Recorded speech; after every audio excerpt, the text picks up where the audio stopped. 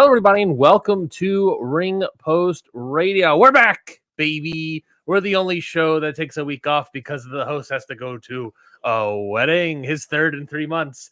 He is poor. I'm your host. I am that host, I should say, Ryan Knightsey, the voice of the Tasteless. And with me, as always, Scotty Edwards. Scotty, welcome back to the show. How you doing? How you feeling?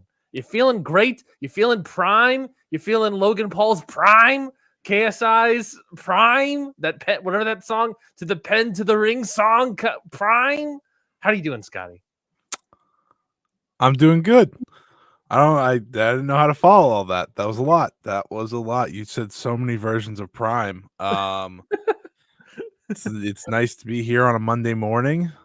Look, you can never go wrong with a little bit of brain rot in the morning, you know?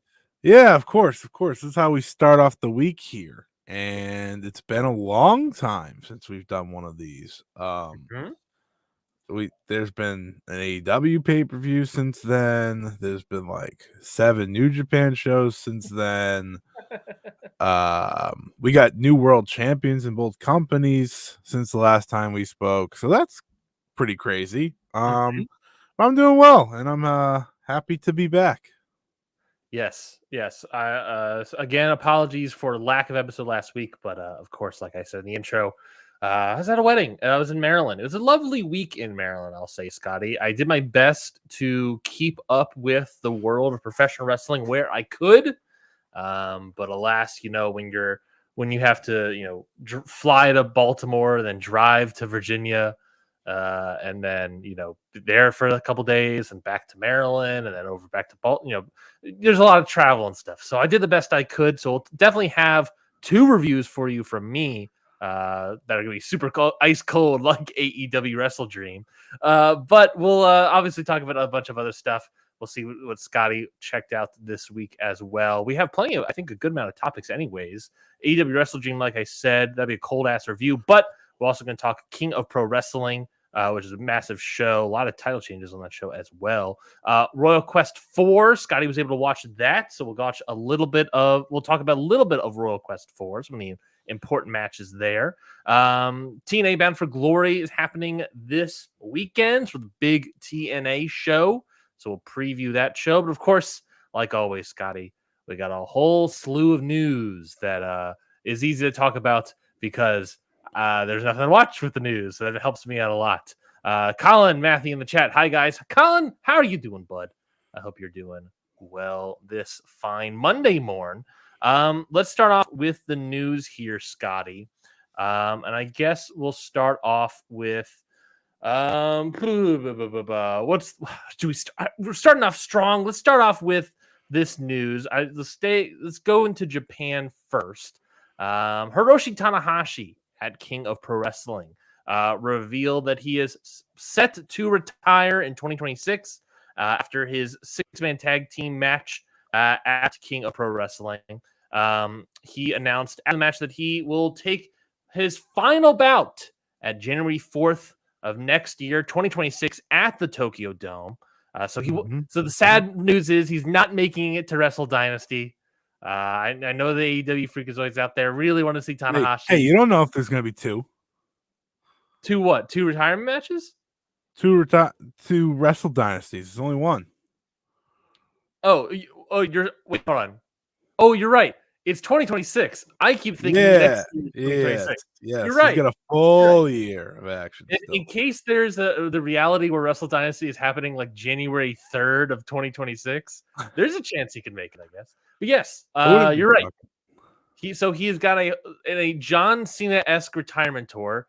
Hiroshi Tanahashi will be taking a long ass year to retire. Obviously after that thing, he got ambushed by Evil and said, I'll retire him. So that feels like that might be the first match or something. I don't know. But Hiroshi Tanahashi set to retire. Obviously, he is the current president of New Japan. So this, to me, Scotty, isn't like a full shock. I think afterwards he talked about how, once he became president, this was sort of the plan for him.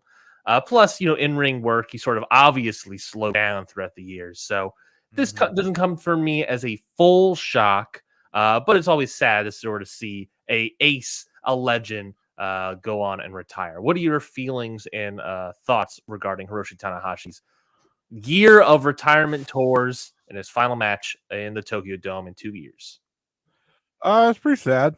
I mean, there's too many great wrestlers retiring. It feels like it's all at once, right? Like, obviously, Cena announced his a couple months ago. 2025 will be his last year. So, if we want to be technical, Hiroshi Tanahashi and John Cena are retiring within days of each other. If we want to be technical, which sucks, okay? Like, that is tough hit. Obviously, we don't know if Bryan Danielson will ever wrestle again, and that just happened as well. Yep. Nakamura's retiring next year. Who else is retiring? I'm trying to think of I think that's it now, but that's a lot. We got Danielson with an asterisk, Meiko Satomura, John Cena. I guess we'll just put Cena and Tanahashi, and we'll put them in the boat as well. Tanahashi's technically 2026. Trying to think. That's a lot. There doesn't need to be more. That's the point. I'm already trying to handle too much here. Yeah, we already have. We're when the new year starts, Scotty, we'll have 3 retirement tours going on. Yeah, for 3 very notable people in their genre, right? It's very upsetting. It's not shocking, like you said. Like, Tanahashi not competing anymore isn't going to be a surprise, right? He's been slowed down in terms of just doing matches overall. And with the new job, it is not a surprise that this is going to be where his focus is. That being said, I think part of the problem is not problem. I guess it's a good thing. It is a good thing because all these people are going out on their own. We're so used to seeing wrestlers wrestle till they're 50, 60 years old at this stage. So this is 3 wrestlers retiring on their terms, which is great to see. It's something you want to see, obviously. And, New Japan now gets to benefit from a year of this is Tanahashi's last this is Tanahashi's last that. And it's always a good thing, especially to keep people interested, right? I mean, we saw Noah do it with Muto. We're seeing WWE do it with Cena, and now New Japan can do it with Tanahashi, which I think is a great thing. You're going to probably get one more IWGP World Title match in there. That's going to be a very emotional fight for him. He may not be able to bring it in terms of the athleticism, but he's going to bring it in terms of the spirit, which will make for one of the great matches, I'm sure, of 2025. But yeah, it's an emotional one. We're losing too many people, I'd argue, but it's okay. It's okay because I think it's clear he's ready, and if you're ready to retire, I can't fault it whatsoever. So I'll enjoy the last year of Tanahashi in the ring. Dylan in the chat. Dylan, how are you doing today? AJ seemingly was planning to retire, obviously, before his injury and whatnot, but that's true. Planning to retire. And of course, he follows up by saying, not the Costco guy, the other AJ. Yeah, AJ Styles, last I checked, does not bring the boom. I believe he's crazy. Not the Costco guy. I mean, there's a real chance he retires after. I was going to say, there's a good chance AJ, the Costco guy, is going to... There's a real chance we lose the boom. Yeah, there's a good... Oh, my God. I cannot wait for our full gear review. I cannot wait. The first pre-show match we ever review. Oh, I am ready. I am ready to talk about AJ, Big Justice, the Rizzler, the entire family. I'm ready. I'm ready for... All right, AJ's the kid. Wait, no, AJ's the dad. Yeah, AJ's the dad. Okay. Yeah, no, I knew that. Boom, boom, boom. Yeah, no, I got you. And then it's Big Justice, of course, with the son. This is a very emotional segment. It has been ruined by the fucking Costco. What's more emotional than the Rizzler, my guy? What are you talking about? Oh, he's doing the Riz face. There we go. Perfect. I think you brought up the point of it's obviously sort of been, I think in a weird way, it feels like, at least in the past couple of years, like Muto sort of started this trend and sort of showcased how it could, how profitable it How to could do it be. right.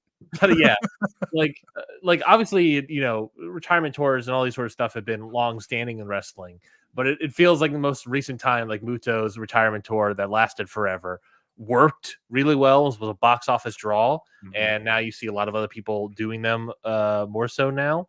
And obviously, and so to that extent, Cena, we talked about previously when I announced that's obviously going to be box office draw. Anytime we've brought up, WWE's like business metrics and anything this past year being like, yeah, they might be down slightly, but they got Cena's retirement tour next year, so they're going to be fine.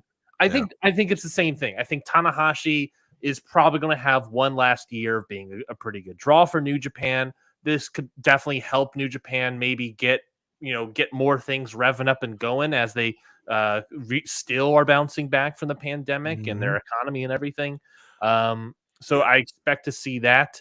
I will say Wrestle Kingdom 20, which that's the big one. That's the one he's retiring at.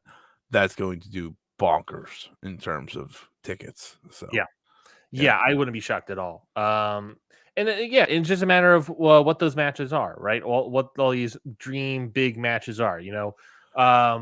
He's pretty much wrestled everybody, so it's like, who is it going to be? Yeah. I what matches do you want to see on this retirement run?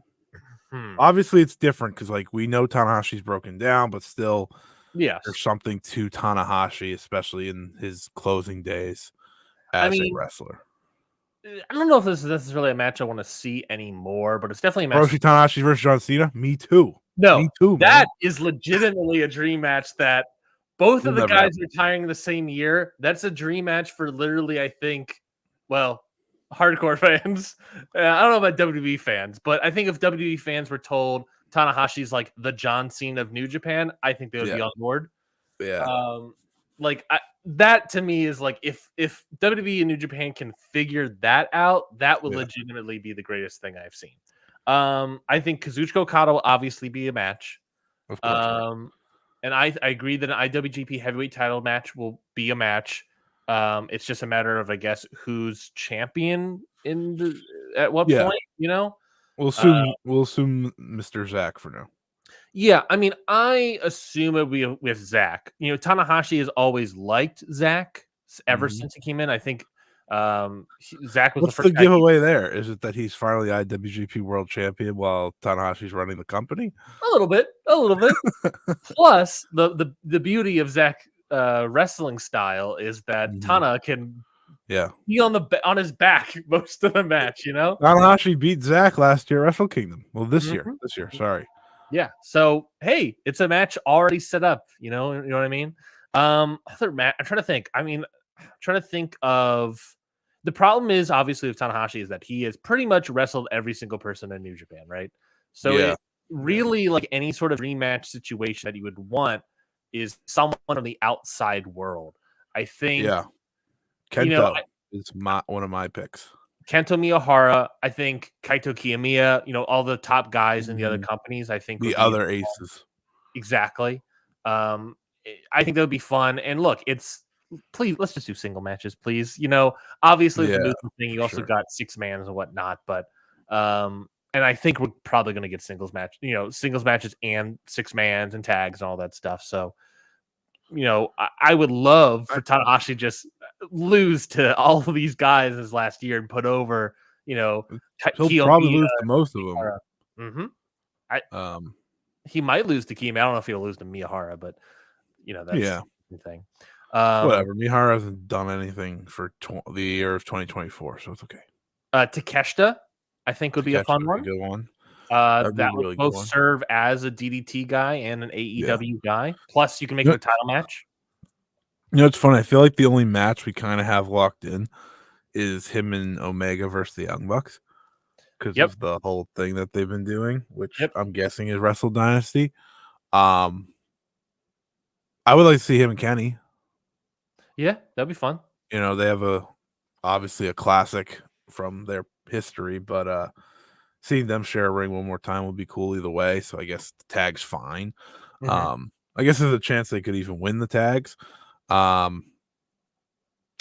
think we kind of named all the ones that jump out to me.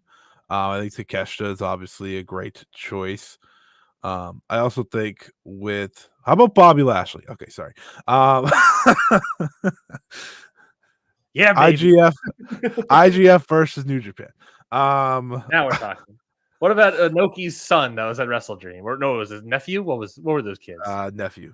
They were Yeah. nephews, I believe. Yeah. Let's throw them in a 6-man and have them team up with Tanahashi. Let's get Tanahashi back in DDT where he's just sort of like playing heel. That's just like I'm too good for this. Why am I here? Screw this place, you know. Yeah, that's actually what we're gonna do in Tanahashi's last year. We're gonna turn him heel. Yeah, baby. Now we're talking. Just like John Cena, also gonna turn him heel. I'm looking up. Has there ever been? I'm looking it up right now. I don't think it has actually ever happened. Yeah. Hiroshi Tanahashi and Mystico have never been on opposite sides of the ring. Well, it's time, baby. They have only teamed with each other in various tag matches. They have never had a singles match together, obviously. They've never even had a tag match where they were opponents. Why not?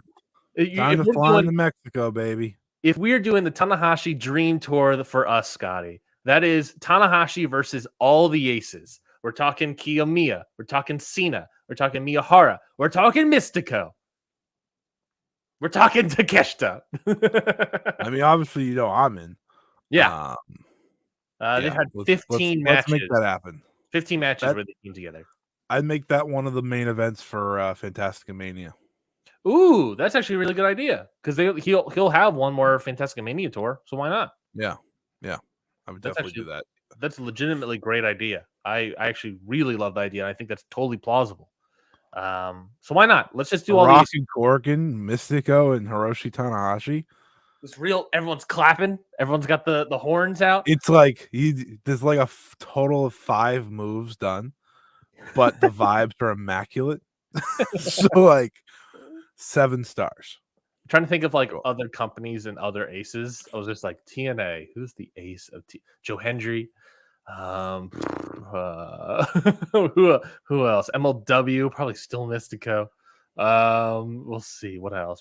But yeah, I think that's the dream tour right there. Is maybe you'll get some spots. You get an IWGP title match with Zack Sabre Jr. and I would love to see aces around the world. That's really what I want to do. Is there like a young guy you want him to lose to? Like maybe like a last match? The grip. Ryohei Oiwa. Is his new nickname The Grip? Where is this coming from? It is. His new nickname is The Grip. Oh, interesting. I don't know if I like that. I don't know. Oh, you like it. It'll grow on. All right. Obviously, I want him to lose to The Grip. I just don't like someone saying The Grip over and over again. I think that's really what it was. You have a problem with The Grip, buddy? I mean, look, if it's a good grip, I like a good grip. But if it's a bad grip, you don't want a bad grip. You know what I'm saying? Have we ever has Samoa Joe versus Hiroshi Tanahashi ever happened? That's a good question. Just hear me out. It should. Yeah, well, I didn't want to get into the full we're not going to do the entire AEW roster. AEW roster gimmick here. I'm thinking of legends here. That would be. I mean, they definitely. I want to say they were in TNA roughly at the same time. Well, it gives a plausibility that they could have wrestled each other or have been opponents with each other. That's true. Doesn't count, but that's true. Yeah, because AEW, because obviously there's I think Takeshita is an easy pick there. But other AEW guys, I think Samoa Joe would definitely be interesting. They've definitely never wrestled each other. Enough for me. Let's see. Sign me up. Yeah, Samoa Joe, that'd be good. I think that we can get a good match out of Samoa Joe and Tanahashi for sure. Serpentico. I'm sorry. Continue. Serpentico. Let's do it. They've never actually shared a ring together, but if you believe it. Okay, well, I mean, we just got to make that happen. I don't care if it's a tag. I don't care if it's the trios. We just got to get them in the same ring at least, folks. Mm-hmm. Other Shiozaki. Yeah, sure. I'm fine with that. Long-time vet. I'm just thinking of like long-time vets that make like interest to me. That feels like a Noah tag match where Yes. it's like Tanahashi and Go versus Kiyomiya and The Grip. Sorry. well, yeah. Well, yeah. Or Kano. It could be Kano. It could be Kano. That might make more sense for like that. But hey, the Grip and Kiyomiya have, that tag team togetherness already. So that actually is not a bad pick, legitimately. Shout out So to the Grip. we'll see if that happens. Other things that happened in this past week, just some roster news that came out. There was sort of a rumor floating around that Kevin Owens may be the end, or no, not a rumor, but he's nearing the end of his current contract. But according to Dave in the Wrestling Observer, he is saying that as far back as Bash in Berlin, he believes that Kevin Owens quietly re-signed with WWE. Hasn't been directly confirmed for him. This is all secondhand news sourcing for Dave, but it looks like Kevin might have quietly re-signed, which is crazy to me if that is true. If he already did.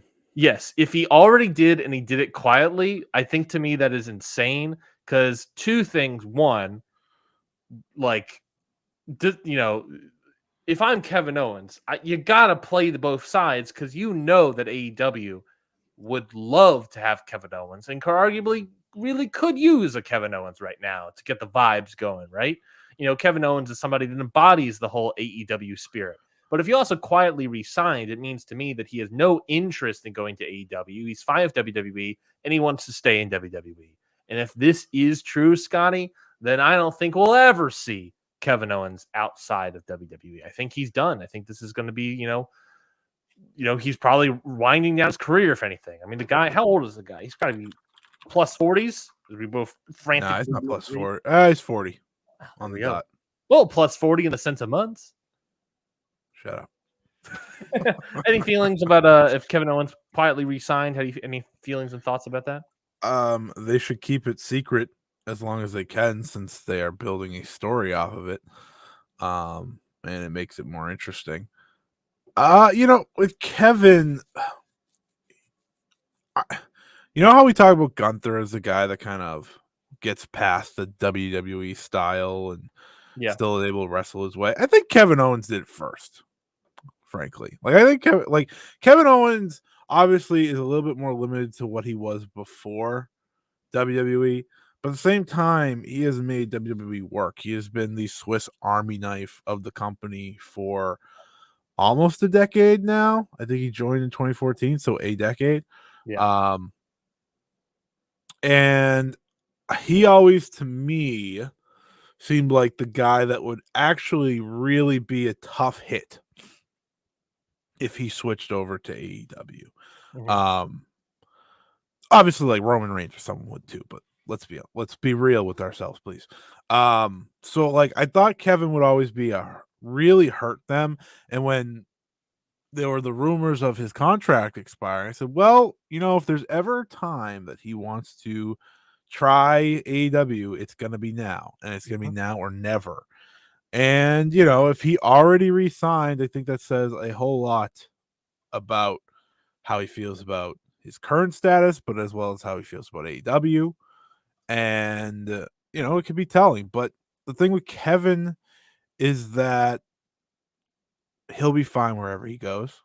I'm a big fan of Kevin Owens, always have been. Obviously, would I love to see Kevin Steen one more time? Yeah, that'd be pretty cool. But he's gonna get paid a shit ton of money no matter what. So yeah. So we'll see what happens, I guess, and see how that rumor gets situated. But it's just an interesting one. Plus, you also know that he has a kid. The kid's like 6'8", so I think the kid's still like under 20 or something. So I wonder if there's like a Rey Mysterio, Dominic Mysterio thing of I want to, if my kid's interested in wrestling, I want to train him in the WWE system. And honestly, the only reason I ever saw him going to AEW is if he just wanted a little bit more like overall outside freedom as well. Same. But if he's comfortable, he works the WWE schedule now is the same as AEW's, right? There's no house shows or anything, so it's easy, it's simple. I don't blame him if he wants to stay there and just keep things as is. Yeah. The other debut that happened this past week was we officially got the debut of the Motor City Machine Guns on SmackDown. I think you watched the match, Scotty. What I did you did. think Terrible about theme song. Really? What? It's really that bad? Well, it's not the usual one, so it makes it bad. Yeah. It's not that one.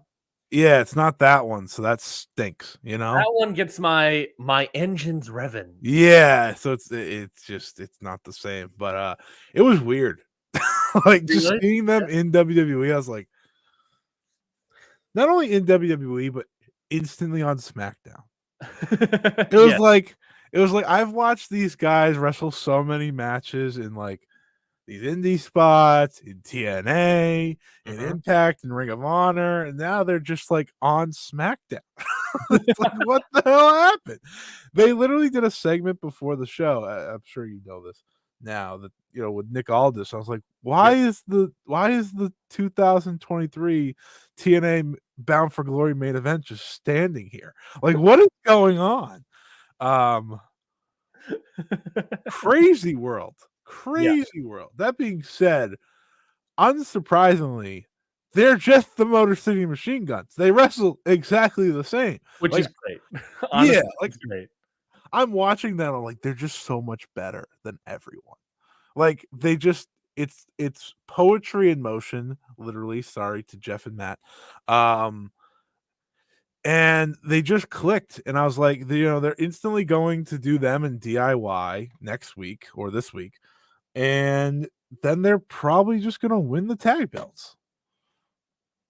Oh, you're telling me we're gonna get the dream match of Motor City Machine Guns versus Tama Tonga and the Tonga Low or whatever? Yeah, that's exactly what I'm saying. But it's just like it's great for them. I think the biggest thing I feel when I watch Motor City Machine Guns sign theirs, they're finally getting the big bucks. Not the Young Like Bucks, but the big no, not the Young Bucks. They've passed on the Young Bucks. They want the big bucks, and I still don't know how AEW was able to not get them, but I'm happy for them nonetheless because I think it's been a long time coming 20 plus years of being one of the best tag teams, and I kind of look at it like this. You know how a lot of people credit like Amazing Red for like kind of changing the style? That's what they were for tag team wrestling, except they're getting the shot to now do it on the major stage, and I think that's very cool. So I have no complaints for them debuting on SmackDown. I think anyone that does is just doesn't like WWE, which is fine. But the Motor City Machine Guns without the music, which it's okay. I can live. You know what's interesting to me is that I don't know. Obviously, we don't know how long their contract is. I assume multi-years, obviously. But obviously, with the Hall of Fame, Wrestling Observer Hall of Fame happening right now, this would be. I think Dave would consider this their first time having like a major league contract, right? Yeah. That's sort of like when he starts looking at them as sort of a Hall of Fame case. So I assume we'll have to wait a couple years until I don't know how long it would take for them to possibly go on the ballot, but I assume at this point, now that they're in WWE, they will probably be considered on the ballot at some point, right? So then, just a couple years from now, we're going to be talking about, if they can have a great run in WWE. Yeah. I don't even know if they'll necessarily need to have a Hall of Fame run, but if they can have a Tag great titles. run, It just takes a reign.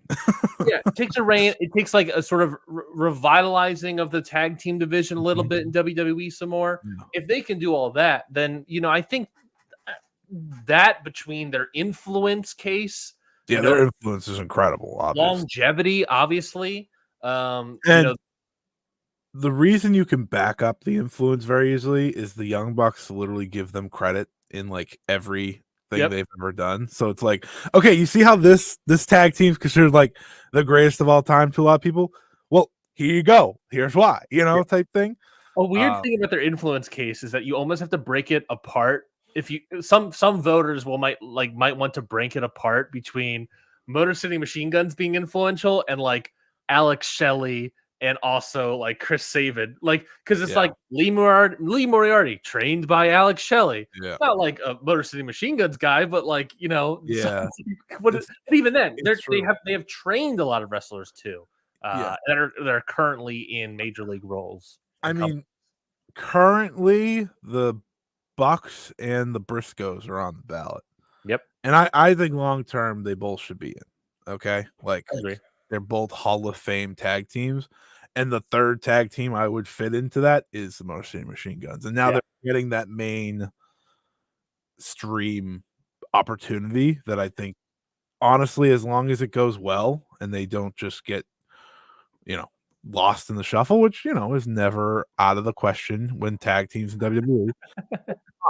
You give them tag belts, they have very good to great matches, and like you said, kind of help revitalize a tag division that can be on or off. Mm-hmm. I think it's a lock, truthfully, in the long run. So, yeah, I mean, they're an all-time tag team, and they're in WWE now, so good for them. I guess actually, now that I think about it, there's a good chance that they could get on the ballot like next year's ballot. I think there's a good chance because the Briscoes went on in 2023, and so that's when Dave considered like Ring of Honor in the 2023 run as bumping up in terms of a major league contract, right? So there, I don't know if Dave would do it like immediately since they just debuted. Probably next year or the year after. But yeah, next year I think there's a total possibility that they actually will be on the ballot next year because just what the modern category needs.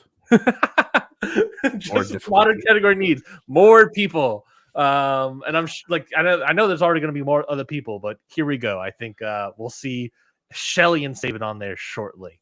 The other big news item I wanted to talk about here was GCW. Yes, we're talking about it. GCW put out a video talking about their.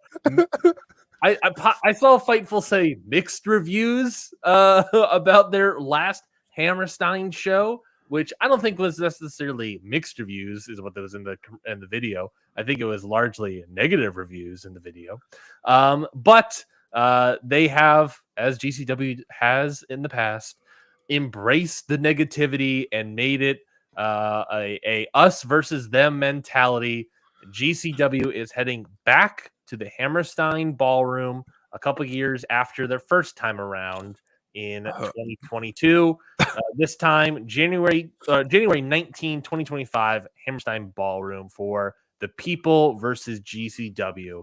Scotty, on a scale of 1 to 10, I know it's a 10. How excited are you to see GCW return to the Hammerstein? -500. Here's the thing. Here's my thoughts about the Hammerstein.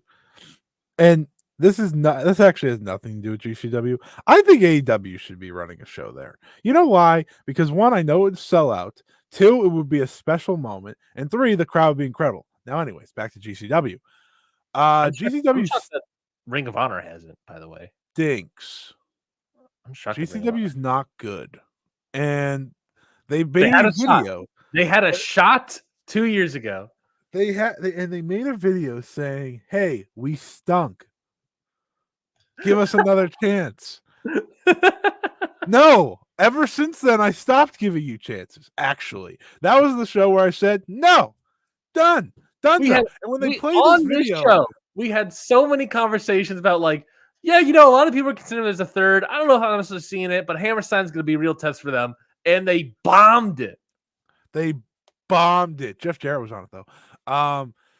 And here's the thing, right? It's not going to be good. Like, there's nothing about current GCW that excites you. Yeah. Except for I don't even know what's going on there, so I can't even sit here and lie.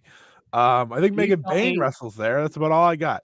Can you tell me any of the GCW champions currently? I think I know one by accident. Okay. I think, but I could be wrong. Is Mance Warner world champion? Correct. Mance Warner is world champion. Do they have other belts? They have, I guess, technically 3 other belts, but I'm going to throw in the JCW championship since that's sort of a. I think Rina Yamashita lost the deathmatch belt.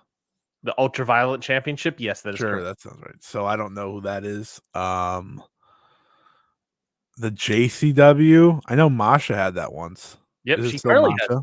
She's still Yeah. Masha. She's had it for Okay. 264 days. And they have tag champs. They got tag champs. They also have the Ultraviolet champion. You're never going to get the Ultraviolet championship, so I'm just going to say Brandon Kirk. I'm going to guess you have no idea who Brandon Kirk is. Nope. Tag teams. Is it the Los guys? Los Maz? No. I believe this team beat them for it. Tag teams. They are. They're a Midwest indie tag team. They're really good. In my opinion, they had a really good match against Finn Juice at a WrestleMania weekend a couple years ago. If I remember correctly. Is it violence by just no? That's not the Oh, it is. Violence is forever is what you're going. Violence is forever. That's the one I meant. And of course, you can't forget the GCW Extreme Championship, not to be confused with the GCW Ultra Violent Championship. That's not the you same should thing. know who the GCW Extreme Championship is. It Matt Cardona? No, it is not Cardona. You specifically, Scotty, in what you cover on a day-to-day basis, should know who the GCW Extreme Champion is. Is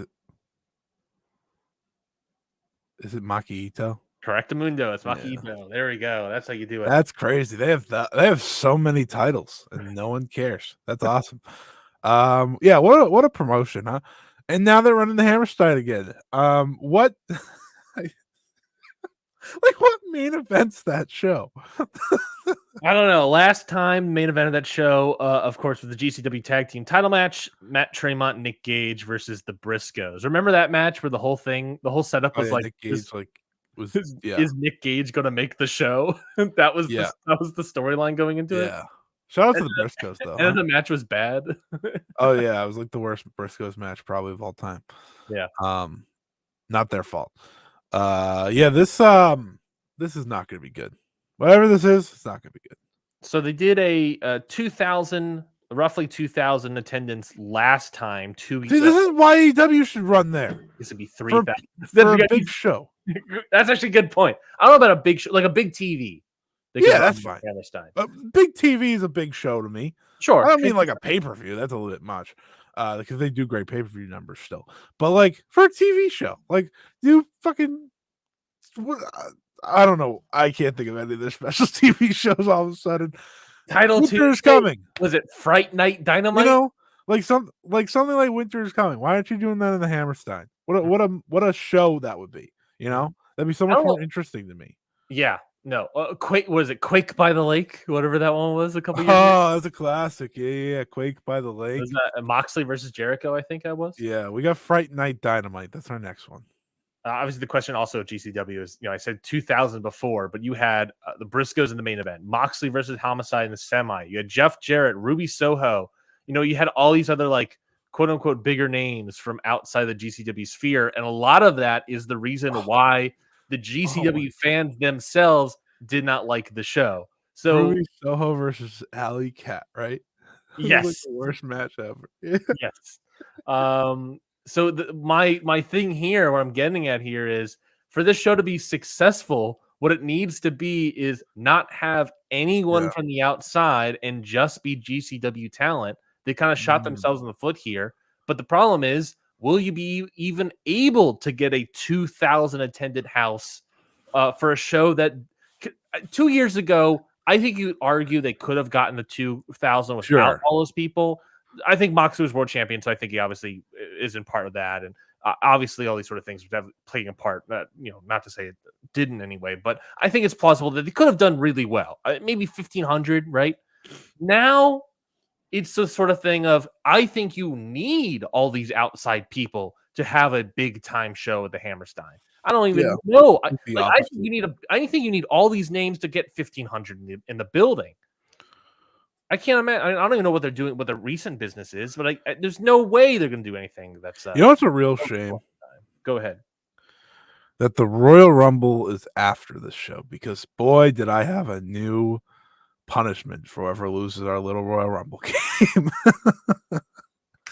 Colin certainly Matthew, watching this. Colin Matthew, I'm already telling in the chat is I'm gonna say at least an indie fan. I'm not gonna label you fully as a GCW fan unless you are Colin. But Colin said Alley Catch recently turned on Effie. If you give a damn, LOL.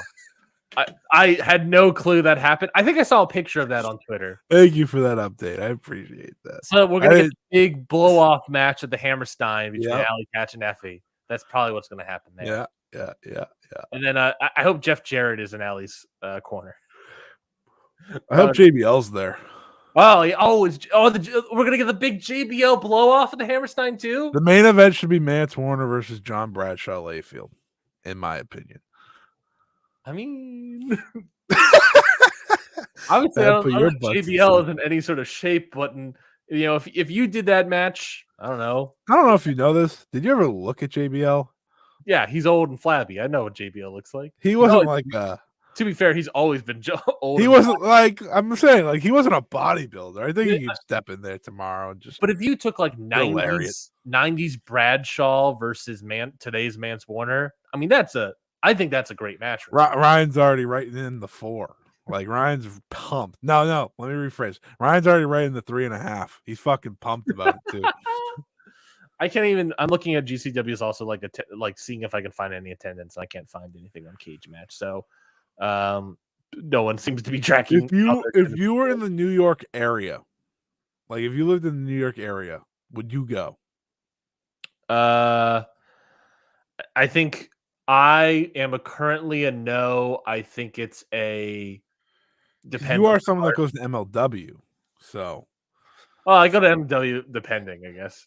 I'm not going to go to the Battle Riot with 40 people. I strongly consider the last time they were here, a month or so ago, but I didn't end up going. I don't think right now, if I was in the New York area, I wouldn't go to Hammerstein. I think it's fully let's see what the card is. Mm-hmm. I don't really know. If it matters, I wouldn't.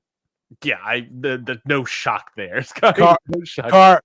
Card could have Utami Hayashishita back on it. I would probably go if that happened. Never mind. I lied. Utami Hayashishita, if she is back on the card. Yeah, maybe. GCW, can we just, for a second, before we move on, GCW has had, just the following people on their shows over the past, couple of years, okay? Will Ospreay, Utami Hayashishita, John Moxley, Andrade. Shuri. They had Shuri on a show. Yep. Andrade. Who else? Machine Guns. The Briscoes. Bad you see my point? These crazy things happened. Yeah, shout out Bad Dude. David Finley, I remember being on one, and I was like, why? Zach Sabre Jr. has been on one. I don't know how this happens. They have some amount of pull. Oh, Shayna Baszler, the Creed. Shayna Baszler, the Creeds, the WWE folk. Yeah, I did not think about. They don't need any of the outside people. If they can get at least 1 or 2 WWE people like they've been getting, they could do numbers at Hammerstein. I forgot about that. Totally forgot about that too. They're gonna book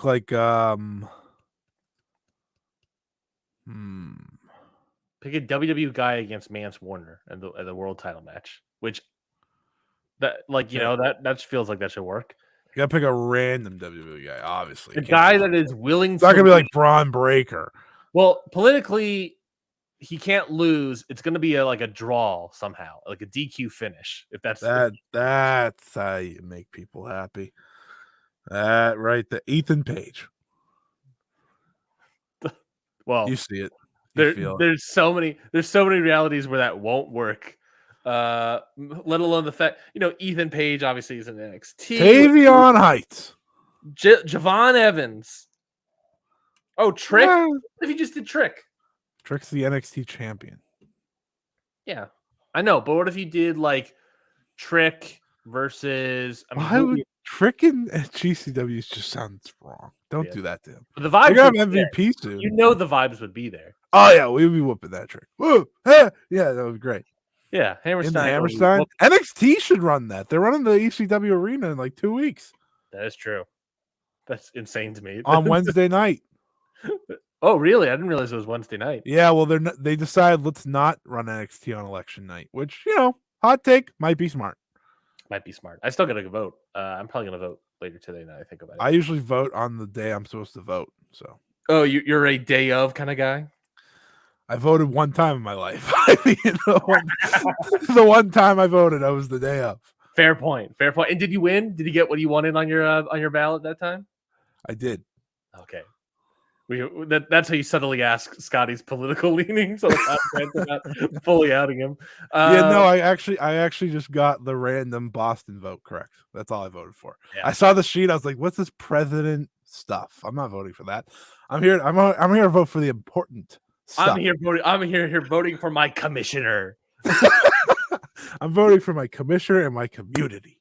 Yeah, I'm not going to joke. I'm that sort of old man already that I did a bunch of research on the down ballot votes for commissioner. Well, I mean, so we do have like 2 House of Representatives over here on the ballot. Gordon.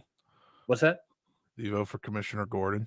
I don't think there's a Commissioner Gordon this year, but if there is someone with the last name Gordon running from commissioner, automatic vote for me, of course.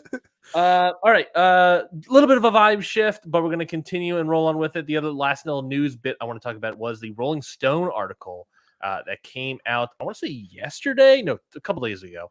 It's titled "Inside the WWE Writers' Room," quote, "A Kingdom Ruled by Fear." The tagline here: 6 former writers from the organization's longest-running shows, SmackDown and Monday Night Raw, describe bullying and sexism behind the scenes while former CEO Vince McMahon was in charge. Scotty, I don't know if you got the chance to read this article, but if you know WWE like I know we both know the WWE, if you know enough of the WWE, then I'm pretty sure you can understand that everything in this article is kind of already known with more additional details.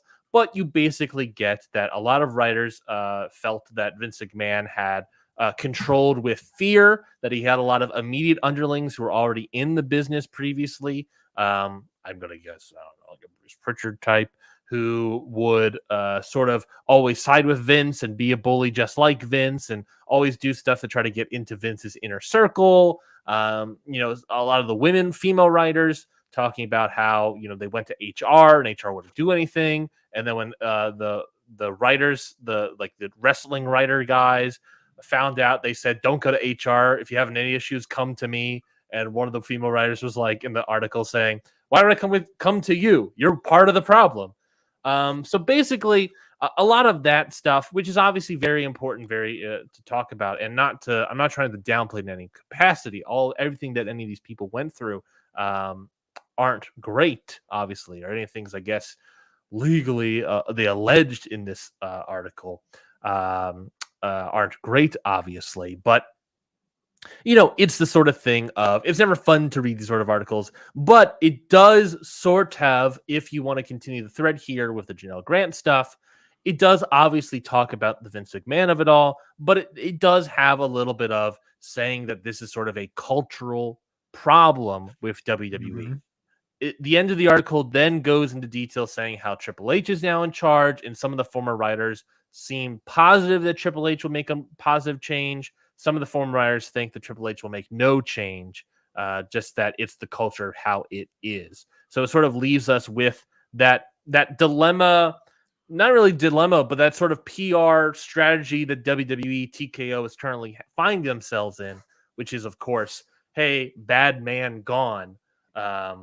Everything is good now. And so this article sort of talks about where, yes, Vince had a lot of control, a lot of power, but, the culture still exists there. And Triple H being gone, it could be better. There's also could not be better. That's sort of the question that leaves you with at the end of the article. But really good article from the Rolling Stone, by the way.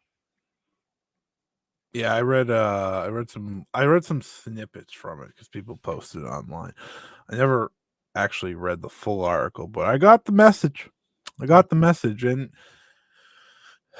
it, unfortunately, none of it's surprising. Yeah. I think that's like the saddest part of every time something comes out. regarding WWE, and Vince is like, well, that's not a surprise. It's almost expected at this point. I you'd like to believe WWE is changing and will change. Sure. But a lot of these people were there when the problems were there. So why should I assume it unless you know it, right? For sure, right? Like you're going to need people in the next couple of years to be the ones that say, well, things are different now. Until then, I'm not going to believe they are. I'm not going to give this company the benefit of the doubt because they long ago lost the benefit of the doubt. Yeah. Right. And they continue to lose that. So hopefully Triple H and company do make changes. At least in the writers' room. Obviously there should be company-wide changes, but Yep. I'm not going to hold my breath for that one. So after everything that has happened this year, this is just more on top of.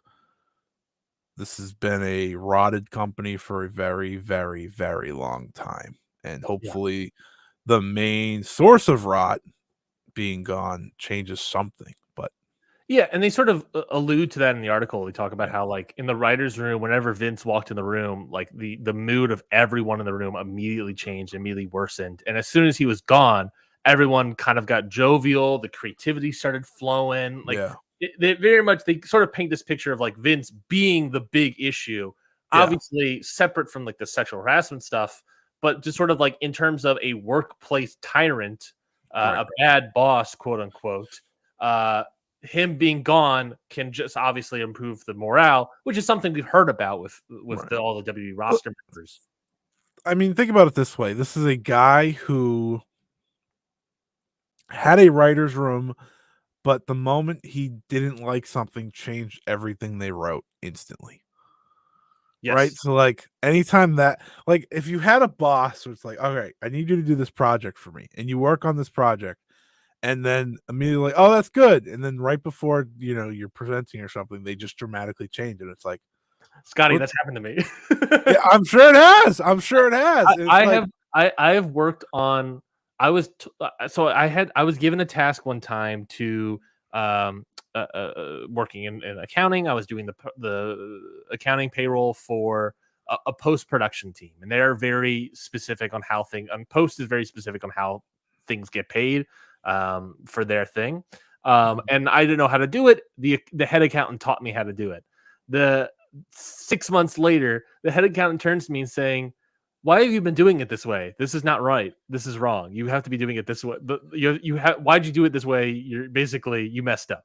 And I'm like, Mhm. I had no idea what I was doing. You taught me how to do this. What are you talking about? And then I turned to the post producer and they're like, we're fine with everything. Everything matches on our end.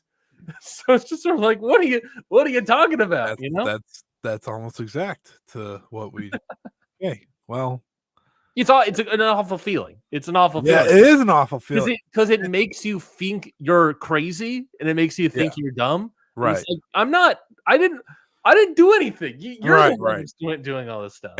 And for example, the writers did that every Monday night at about 7 o'clock. So Mhm. think about it that way.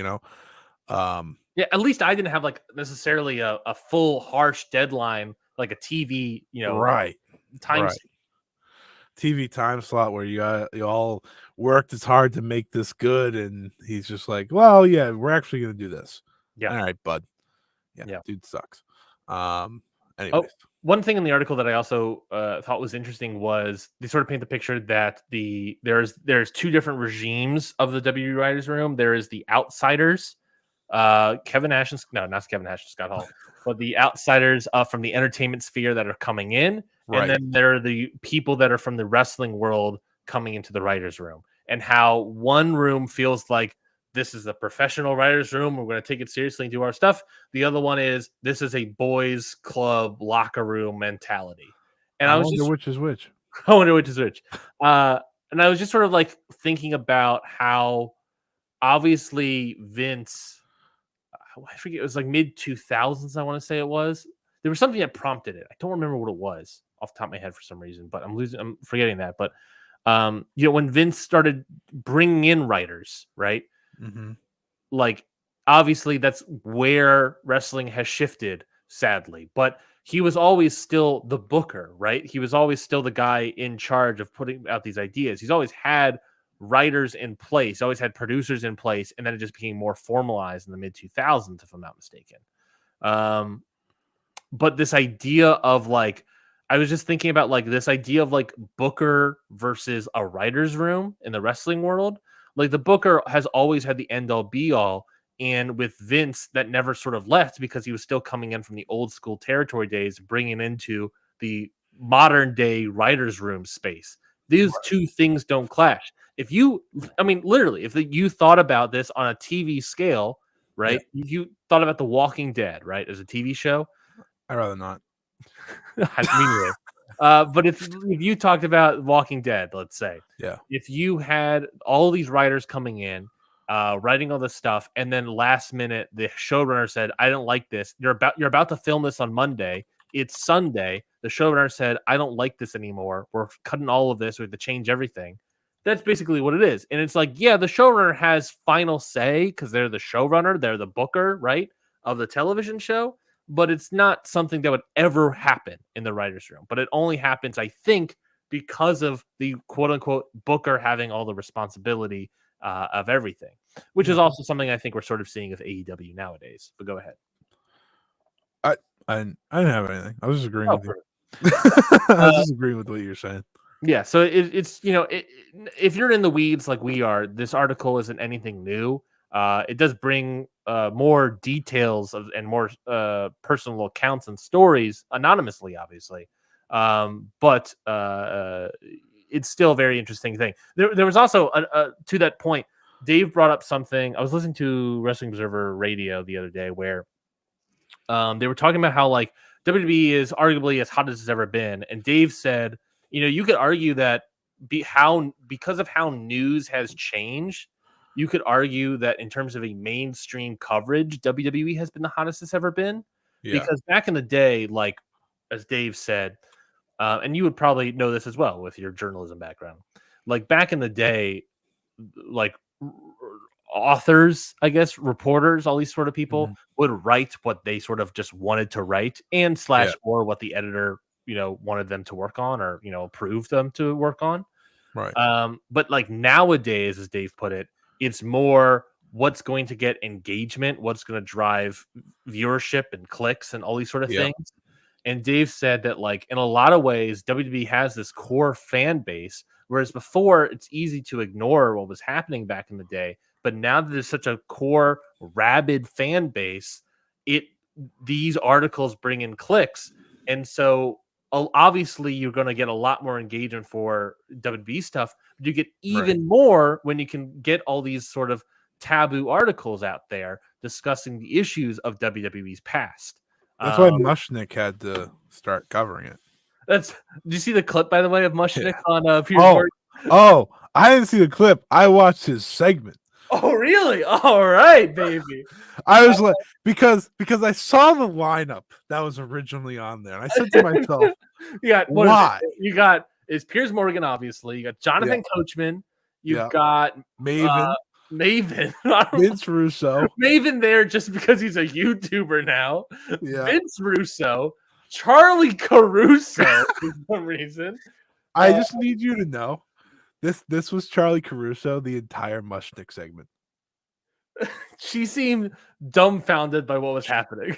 Like, in some ways I feel bad for her because she became full like deer in the headlights sort of situation. Oh my god, that's exactly what I said. Because I was explaining it to my friend because he's followed the Vince stuff. He doesn't always watch wrestling, but he's followed the Vince stuff. And I was explaining to him how Caruso was literally a deer in the headlights once Mushnick came on. Because I was like she was like, what is going on? She I thought her screen froze. Like she just didn't move, and Coachman's yelling, and Vince Russo's yelling. Don't call me bro.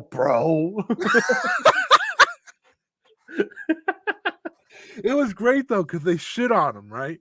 Yeah. And then instantly Piers Morgan says, "And my special guest who just heard everything you just said, Phil Mushnick." He just immediately cuts to him, and then as he's on the camera, he just And then heard everything he said. You pretty much just saw Jonathan Coulson like gulp.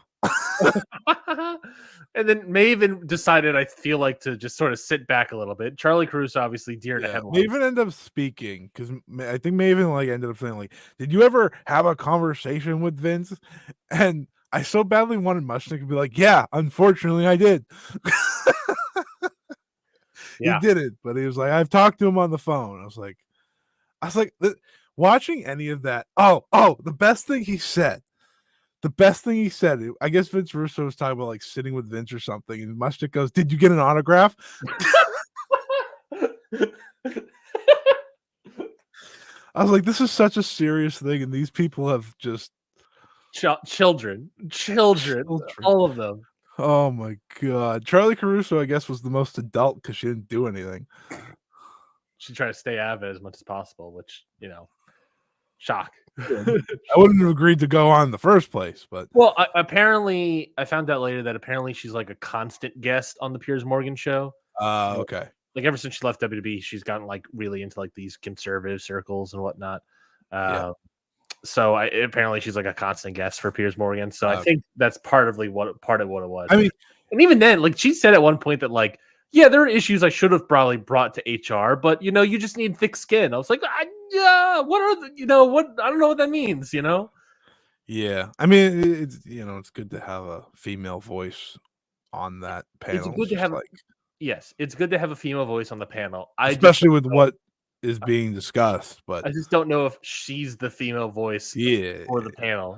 I would argue that they got the Mavens and the Coachmans and the Vince Russos aren't the male voices I'd have either, but I digress.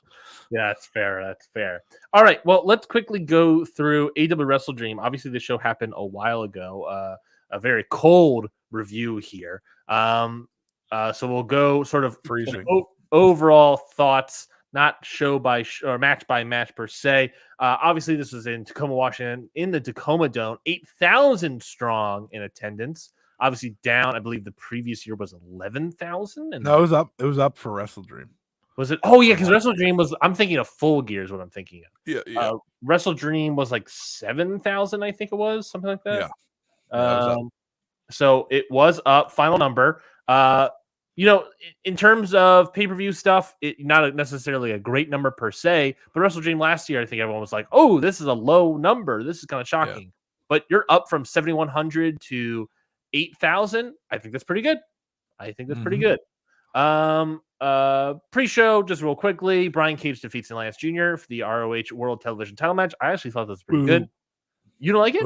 No, I'm just booing that Lance Jr. lost. It was a good match. Oh, that's fair. Anna Jay defeats Harley Cameron. You can do your boo again. The match wasn't that good. They're setting up Anna Jay to be a world title challenger. Mm-hmm. Anna Jay, I will say, she moves better.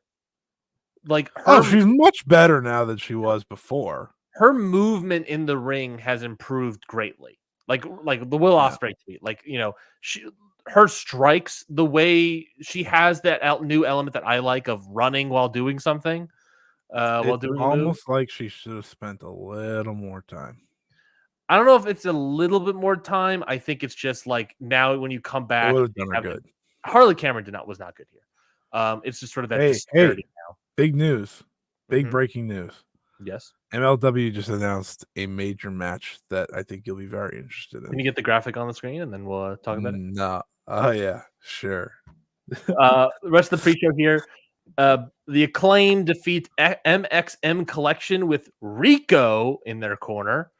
Actually, I want Rico to stay with that act. I thought it would be fun. I think that's actually a good idea. And then the 8-man tag team match, the Conglomeration, the Outrunners defeat the Dark Order and the Premier Athletes. Nothing too great here, but I actually really liked Rico as a manager. I thought he adds to the heel heat that's needed for the MXM Collection. Whatever. I need to ask someone this because I haven't had anyone to ask it. Do you enjoy the MXM Collection? Because I don't. I like those two, like, as people. So I feel mean saying it. I think the problem is like I think they're fine to good in the ring. Sure. It's the segment promo stuff that I'm just sort of like, I'm It's okay on. a And then it's WWE gimmick. yes. It's the Literally. it's the WWE gimmick with better wrestling. So it's Sure. like in some ways I'm like, fine to good, but it's also like that Acclaim segment that they did with Billy Gunn. Yeah. Like Yeah. that was just like this is garbage, you know? Like, I don't watch their stuff. I watched 1 or 2 of their things. I was like, I'm not doing this That's fair. anymore. It's not That's worth it. totally And it's usually on Rampage or Collision, so it doesn't matter. fair. Mhm. But I saw this, and beyond Rico, I was like, this is not it. And they always lose, so it's like, why are they always on TV? Mhm. Yeah, so Whatever. it is whatever. It's You one want of to those see? I think it's one of those things of like there's such like a lower act that I don't Yeah. care too much. It's when we I start talking about world I title. got your breaking news graphic, by the way. It's the same thing with the Acclaimed. Once they became like more world title contenders and champions, it was like, all right, we have to now take this act Right. seriously. I don't know how Yeah. much it holds. And it's still the same. Breaking visual news for MLW. What do we got here, Scotty? We got Matt Riddle versus Minoru Suzuki in Chicago in the Cicero Stadium November 9th. So the breaking news for me actually is that title is gigantic. Yeah, that's the tag team That's champion. a tag team title? Yeah. Ah! Minoru Suzuki is a tag team champion in That thing is MLW. huge. Anyways, yeah, I don't need to talk about the pre-show anymore. I barely talk about the pre-show when we review these shows on time. Oh yeah, I was just blowing right through it. Wait, hold on. Do you know, by the way, you'll never guess who Minoru Suzuki's tag team partner is in MLW? It's Contra. Yes, it's Contra Unit. He is a part of Contra Unit, but who is the tag team partner in Is Contra? it the guy that did the CMLL randomly? Yes, It is. That's yeah. awesome. Akoro Kwan is his name. Yeah, him. Yes, he's a pretty good. He has a pretty good tag team on the Indies, but when he's in MLW, he's just with Contra. He's whatever. He's just there to eat pinfalls, I guess. But no, I'd say that, but he's a tag team champion. AEW WrestleDream proper. Obviously, one thing to talk about here is the main event, which was John Moxley defeats Bryan Danielson. We're not going to go match by match, but this John obviously Moxley killed Bryan point. Danielson. John Moxley kills Bryan Danielson. He ends his career. He ends his life. He doesn't do that literally, but you know what I'm saying. I didn't see Dynamite following this pay-per-view. I assume you did. How do you think the match went? Did you like the match, I guess? And Yeah. how do you think this sort of new movement with Moxley as champion and a follow-up with Moxley and the sort of new BCC group, how are you feeling about the vibes of all of this? Yeah, no, I thought the match was great. Well done angle. Very scary, stunning type angle, right? One that brings excitement to TV moving forward. At least I think. That being said, as someone who watched Dynamite from start to finish, unless you watch the Moxley stuff, I hated TV. Yikes. And I think that's my official problem. I have reached, we talked about this 2 weeks ago. What is my problem? It's TV. Mm-hmm. The Moxley stuff, great. Must see. When it's not Moxley stuff, you can miss the show. Actually, no, you can't miss Shelton Benjamin versus Leo Rush. Everything else you can miss. I was really hoping you would do like the rule of threes of one more. Oh, well, you can't actually miss this one too, but yeah. I mean, Mercedes is good. Mercedes and Amino was good, but like, I don't know. The first 30 minutes. So this is how the TV went. Okay, the first segment is this great, chilling, taped promo from Moxley. Yeah, right. They've been doing that for a couple weeks, and they've always where he says you work for me now. Blah blah. Blah. Great stuff. And then after that, it is a run like no other, Ryan. Mm-hmm. And when I say run like no other, I mean it's Jericho. Then it's like, okay, hold on. Let me get the official order just so you understand what I went through. It's Jericho, it's FTR versus the Learning Tree. It's that can't be that bad. We got Big Bill in there, It was whatever though. Like, I know. Brian Keith is a guy. Brian Keith is like me. He's in my thing of everyone really likes Brian Keith, and I can't see it in him. Like I Yeah, have that with Adam Cole, where it's just like everyone loves Adam Cole. But that's the part. Adam Cole comes out for this promo. That's terrible. That started the official show because he is tasked to go out there to explain why he is now a babyface and MJF is now a heel, and that he is not with the Undisputed Kingdom anymore. It's like running in a circle of like confusion where, as Brian Alvarez said on Wrestling Observer Radio this week, all he had to do was go out there and say, I turned on him, and see, it's because he's a dick. Like, that's all you had to say. Instead, it was like, he's bald, and he got 2 hair transplants, and this, and that, and missing MJF... Fair point. Filling up with nothing but garbage. And MJF pops on the screen. It's like, I'm going to dangle the carrot. You're never going to get to wrestle me. And I was like, well, that's a pretty stupid feud if you're not going to end up wrestling. Well, it's also like dangling the carrot has been like the impetus of like so many MJF feuds. Yeah. So then Jericho pops up, and they're going to run back the title match where a definitive winner already happened. Mm-hmm.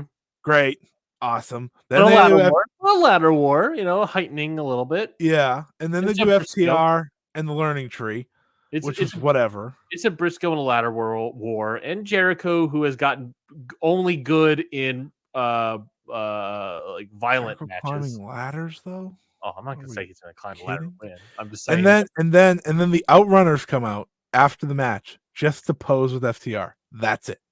Well, that sounds prime Outriders, to be fair. We don't have any Outrunners slander on this podcast, Scotty. And then I don't like them. And then they go to the Acclaimed and Billy Gunn in the backstage segment. I'm just like, oh my God, this end already. This is like, you have this hot feud coming off of that show, and this is your back to back to back. The Adam Cole stuff was brutal. Like, brutal. Adam Cole and MJF I could care less about. And then they do this like I said, the Acclaimed, and the point of this was MVP and Shelton walk in, and MVP gives them their card, and Anthony Bowens doesn't want to do it. Max Caster's interested in it, and then that's it. And then they go to Mercedes and Queen Aminata, and then the show gets a little bit better. So they teased an Acclaimed split? Yes. Oh, but why do they want Caster? Bowens. They wanted both of them, to be fair. Bowens just wanted nothing to do with them. Okay, well, Bowen should go with them, and then Bowen's in that group. And then the Elite does this thing, right, where like the Private Party wants another title shot, and I'm like, you just lost. What is with this title shots after losing? Like, what are we doing here? And stay with us, folks. We're in the middle of our WrestleDream preview or review. Yeah. I just need to explain to Ryan like how rough this we're in the part of the WrestleDream review where Scotty goes segment by segment, recapping what happened on Dynamite. And then they celebrated Kenny Omega's birthday by throwing fake intestines on a birthday cake. I'm not going to go over the rest of the show because the rest of the show. Oh, we didn't talk about Jimmy Jacobs at all. Oh yeah, he's gone. Thank God. Yeah. He's gone, thank God, and then you got this Dynamite, right? Listen. Rome wasn't built in a day. I understand not everything can be fixed in a day. That being said, my problem with AEW is I don't want to watch TV anymore. Yeah, that's a big problem. That's a big problem. It's a major problem. Then TV is your big money mover, Uh-huh. Anyways, as the ratings go down, it's because I'm not watching anymore. What is it about the Moxley angle that makes you interested in it?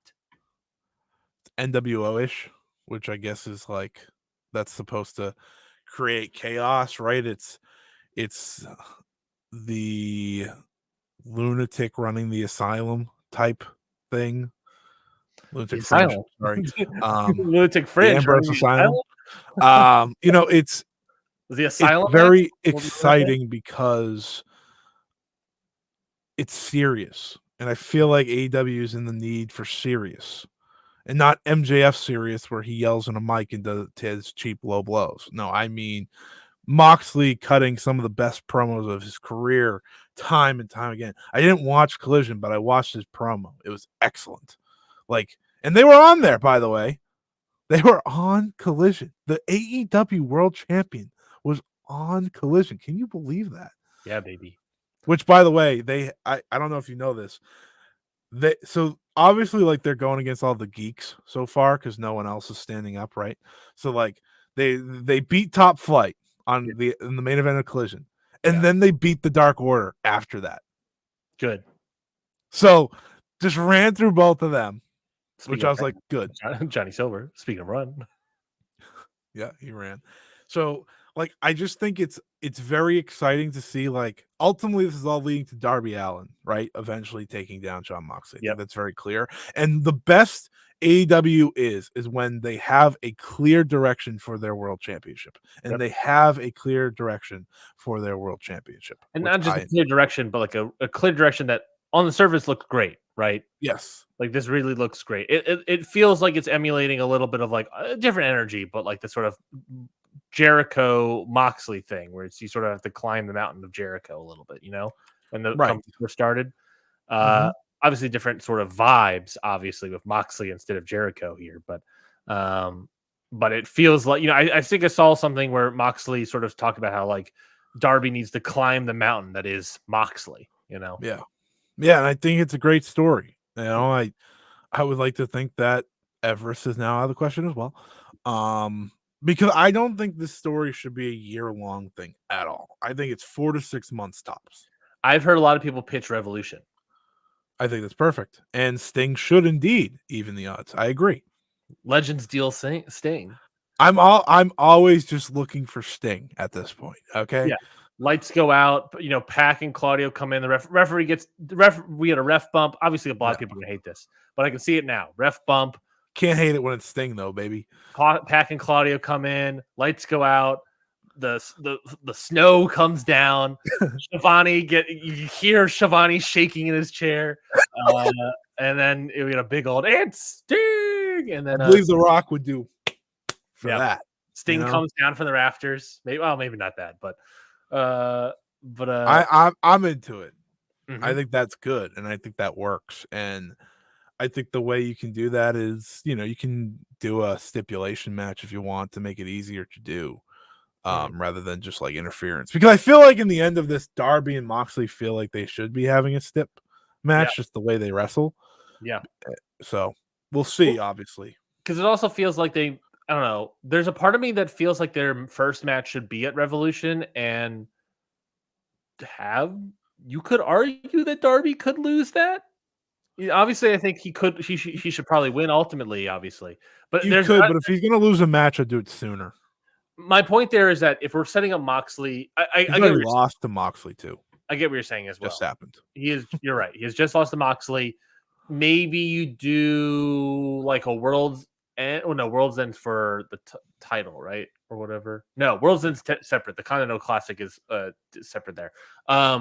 So you could do like a World's End title defense maybe, and then that could be something, and then that could all you know, maybe Sting comes out there or something, and then Revolution you do the big title match, big stipulation, whatever that may be. Sting at the beginning of the match fights off with a bat Pac and Claudio, and maybe at that point Darby has more people that can help fight off more people, you know, whoever that may be. The Outrunners, just so we have Sting's children, you have Sting's sons come out. Yeah, help fight off everybody else. The Stingers. And yeah, I think that's easy. I think it's EDP right there. I think it could work. I do too, and I'm into it, and I think that's interesting, and I think that's the good part about AEW right now is the long-term build here moving forward. Another great match coming out of WrestleDream, of course, was the three-way AEW International title match. Konosuke Takeshita defeats Ricochet and Will Ospreay to win the international title. I thought this match was great. The effort here was great. I thought Ricochet looked really good. Ospreay looked great, of course. And Takeshita, I love, you know, I talked about it. It was one of my matches of the year a couple years ago. It was the multi-man at Forbidden Door. Remember? Mm-hmm. And Takeshita and Ishii's interactions and Takeshita's elbows were so great that it put me elevated. And the match was great, obviously, on itself, but it elevated me more so to be like, this is one of my top 10 matches of the year. Takeshita, again, we're going back to the elbow shots that he can throw that just looked devastating. I love it. I love putting over these small little moves like this. I had this hot take the other day. I've been saving it, so I'll say it now. Okay. For my preference of wrestling, I think Takeshi's the best wrestler in this match right now. I think that's fine. I think that's totally fair. Like Ospreay is probably my number. I think he's currently my number one, but that's obviously because of I really like Ospreay, but Takesha is number 3. So if you're like Takesha's my favorite, I won't blame you. He's like he's up there for me. So I'm watching I thought he was the best in this match. Yeah. So that's where I was gonna go. I'm watching him in this match, and he just has like I don't want to use the word aura anymore because people have ruined it for me, but he does have an aura to him that just like when you watch him step into a match, I feel like you get a little bit amped right now, a little bit like you're excited to see what he does. And I'm coming off the Maple Leaf. I watched the Speedball match right before this show. Ever since the G1, I feel like he has elevated himself from one of the best to it's hard to keep him out of the conversation. Because every time he's out there, it feels like he is the star of the match. He is the star of the show. And here, where you have Ricochet and Ospreay, right? The two guys that obviously a lot of people are excited for because of what they bring athletically, he was the one that stood out the most to me.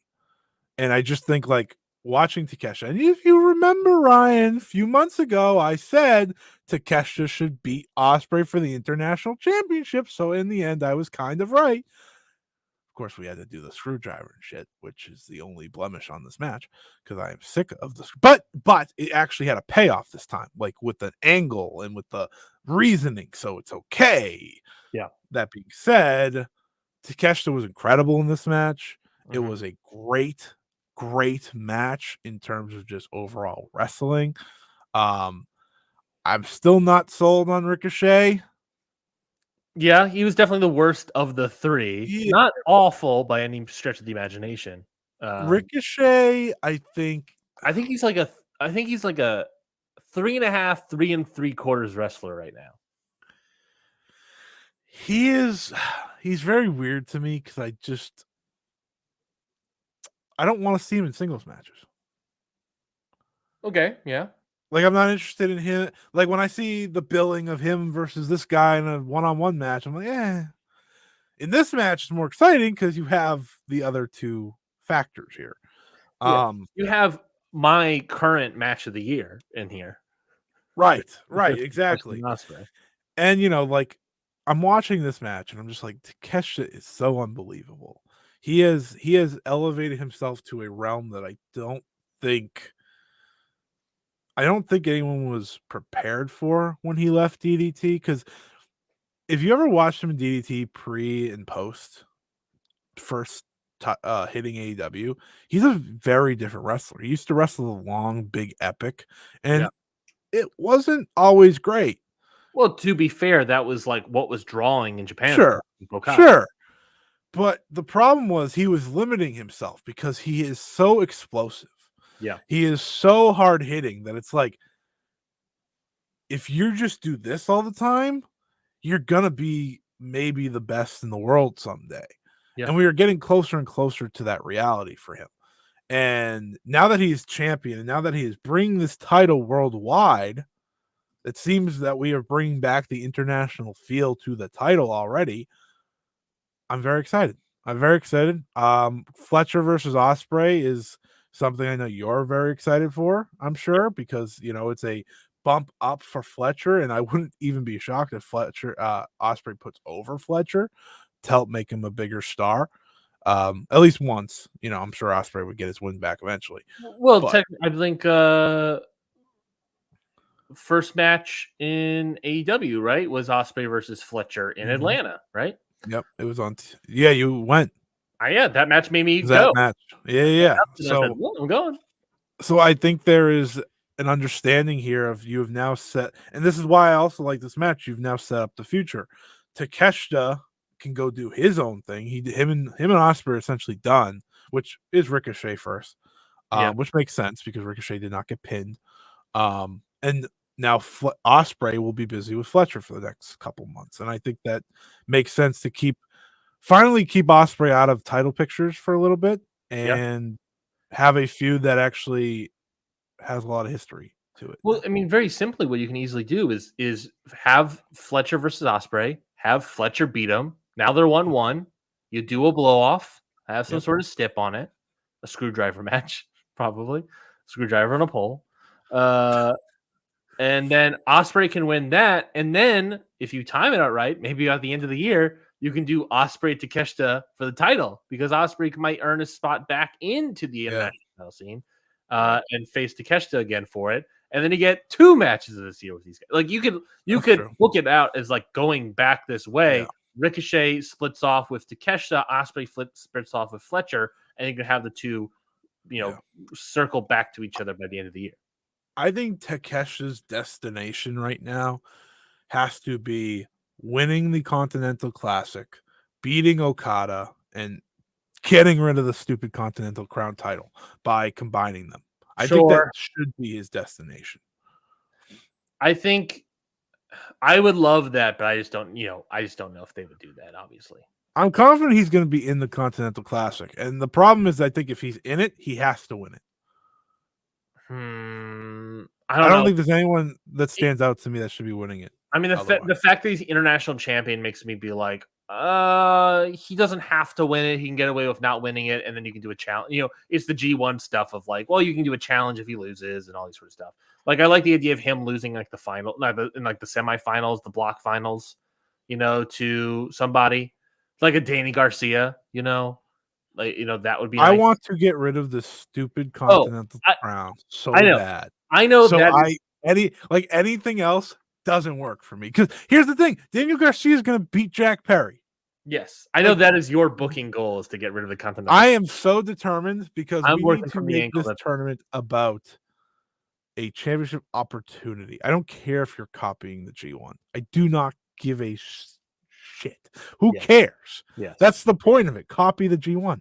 Or the king of the ring right now, right? Like the king of the ring is now opportunity, right? So like, it works, but I'm just happy Takeshi's champion. Honestly, like that's the best thing that came out of this match. I brought up 2 things that I really wanted to talk about were those 2 matches. Are there any other matches or thoughts or feelings about this show that you wanted to bring up? I'm gonna volley the topic back to your direction. What things did you want to bring up about this pay-per-view? I think Jay White and Hangman was really underrated. I thought it was great. I went 4 1/4 on that match. I thought it was great. I agree it was great. I just think from the general public it was underrated. I thought they had I would hire the Dave. I thought they had a great match. Yes. I think they have a great chemistry, and that's one of the other things I do like moving forward is that these two aren't done. That was one thing that did happen on Dynamite. Hangman cost Jay White a match against Christian Cage, which was echoing their match from the Owen, which was similar. Christian cost Jay White. So fun little thing there. And I'm very interested in these two. I think they have great chemistry. I think it's very interesting to build Jay White up as a babyface because he was pretty much there already naturally, right? People loved him. People loved him in Juice, which they should have been tag team champions, but I digress. I thought that was really great. I think no Bobby Lashley once the night was over was perfectly the right choice because so much happened that you didn't want that to be overlooked, right? You had the MJF come back, you had Adam Cole, you had the close of the show that. There was so much going on. Holding off was the best thing. Overshadowed by everybody else, and by holding off, additionally, you build up anticipation. Yeah. You're also killing another hometown guy. So having him and Swerve be destroyed in one night probably wasn't the best choice. Sure. So you want to save that for Daniel. Yeah. So it's going to be great when you do it on TV, Friday Night Dynamite. Everyone can kind of figure out that's probably going to be the spot Bobby shows up, and I think that's good. Yeah, I just thought it was a really good pay-per-view. It was a pay-per-view where I walked away saying nothing was bad. I was not on the same side of everyone though with the Young Bucks private party match. I thought it lacked excitement in the early going, and I never really got into it because I never thought the private party was winning. So that didn't help. I thought Private Party looked better here, but I agree that Sure. like Dave went 4.5. I mean, cage match Crazy to me. 6.89. 6.89 on cage match is probably about where I put it. I didn't have it in my notes. I gotta look up where I rated it on my matches guide. But yeah, I'm sort of that thing of like it was better. Sure. Still not a great Young Bucks match. It was better. Private Party definitely also looked better, but you know, it was bogged You down. didn't watch the show live, right? No, but I watched it as best as I could unspoiled. Yeah, so a lot of this is me like watching on my feed react to certain things, and I was like, I did not connect with that. Oh, and the other thing, I do have to give credit where credit's due. Mark Briscoe did a miracle. Okay, I rated the Mark Briscoe Chris Jericho match higher than the AEW World Tag Team Title match. me too. Yeah, it was the first time in a long time Chris Jericho's match wasn't not only the worst, it wasn't the worst match on the show, but I considered it a good match. We didn't talk about this match, but overall, I should say I thought this pay-per-view was great. Like, and I say There was nothing bad. Nothing bad. I think the worst match was a 3, maybe 3 stars, which is on a pay-per-view. I think that's pretty good. That's pretty damn good. I have to look to see where it is on my show of the year scale, but I think it's going to make top 5 easily. I thought the show was great. I thought pretty much everything was really good to great. But I will say we didn't talk about this one yet, but a sort of a disappointing match, Scotty, of the show. Hologram versus Beast Mortos. I did not think this match lived up to the expectations. Granted, expectations were high, maybe too high. That's on me. But I thought this match didn't quite live up to the very high expectations I had. I gave it a 3.5, which I think is still lacking for what you would expect out of them. Exactly. I think there's the exact thing I did. I don't think Hologram is special. What do you mean? Like, for the rub and the push he's getting, I don't think he stands out from other luchadors enough to warrant it for me. And so it's hard for me to get into him, if that makes sense. Like, his opponent to me is way more interesting. You know, like, I watch the Beast Mortos have excellent matches all the time, and it's like, this guy's great.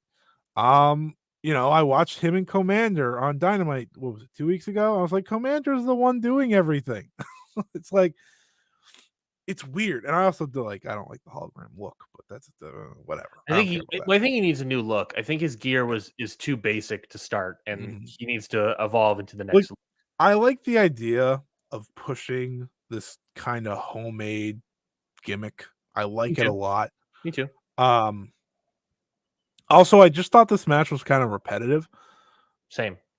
Which was kind of the main problem for it. Because I watched it, I was like, did that just happen? like that happened a few times to me. I was like, it was obviously like incredible athleticism, incredible things they were doing there. Yeah. Ultimately, all of this is nitpicking.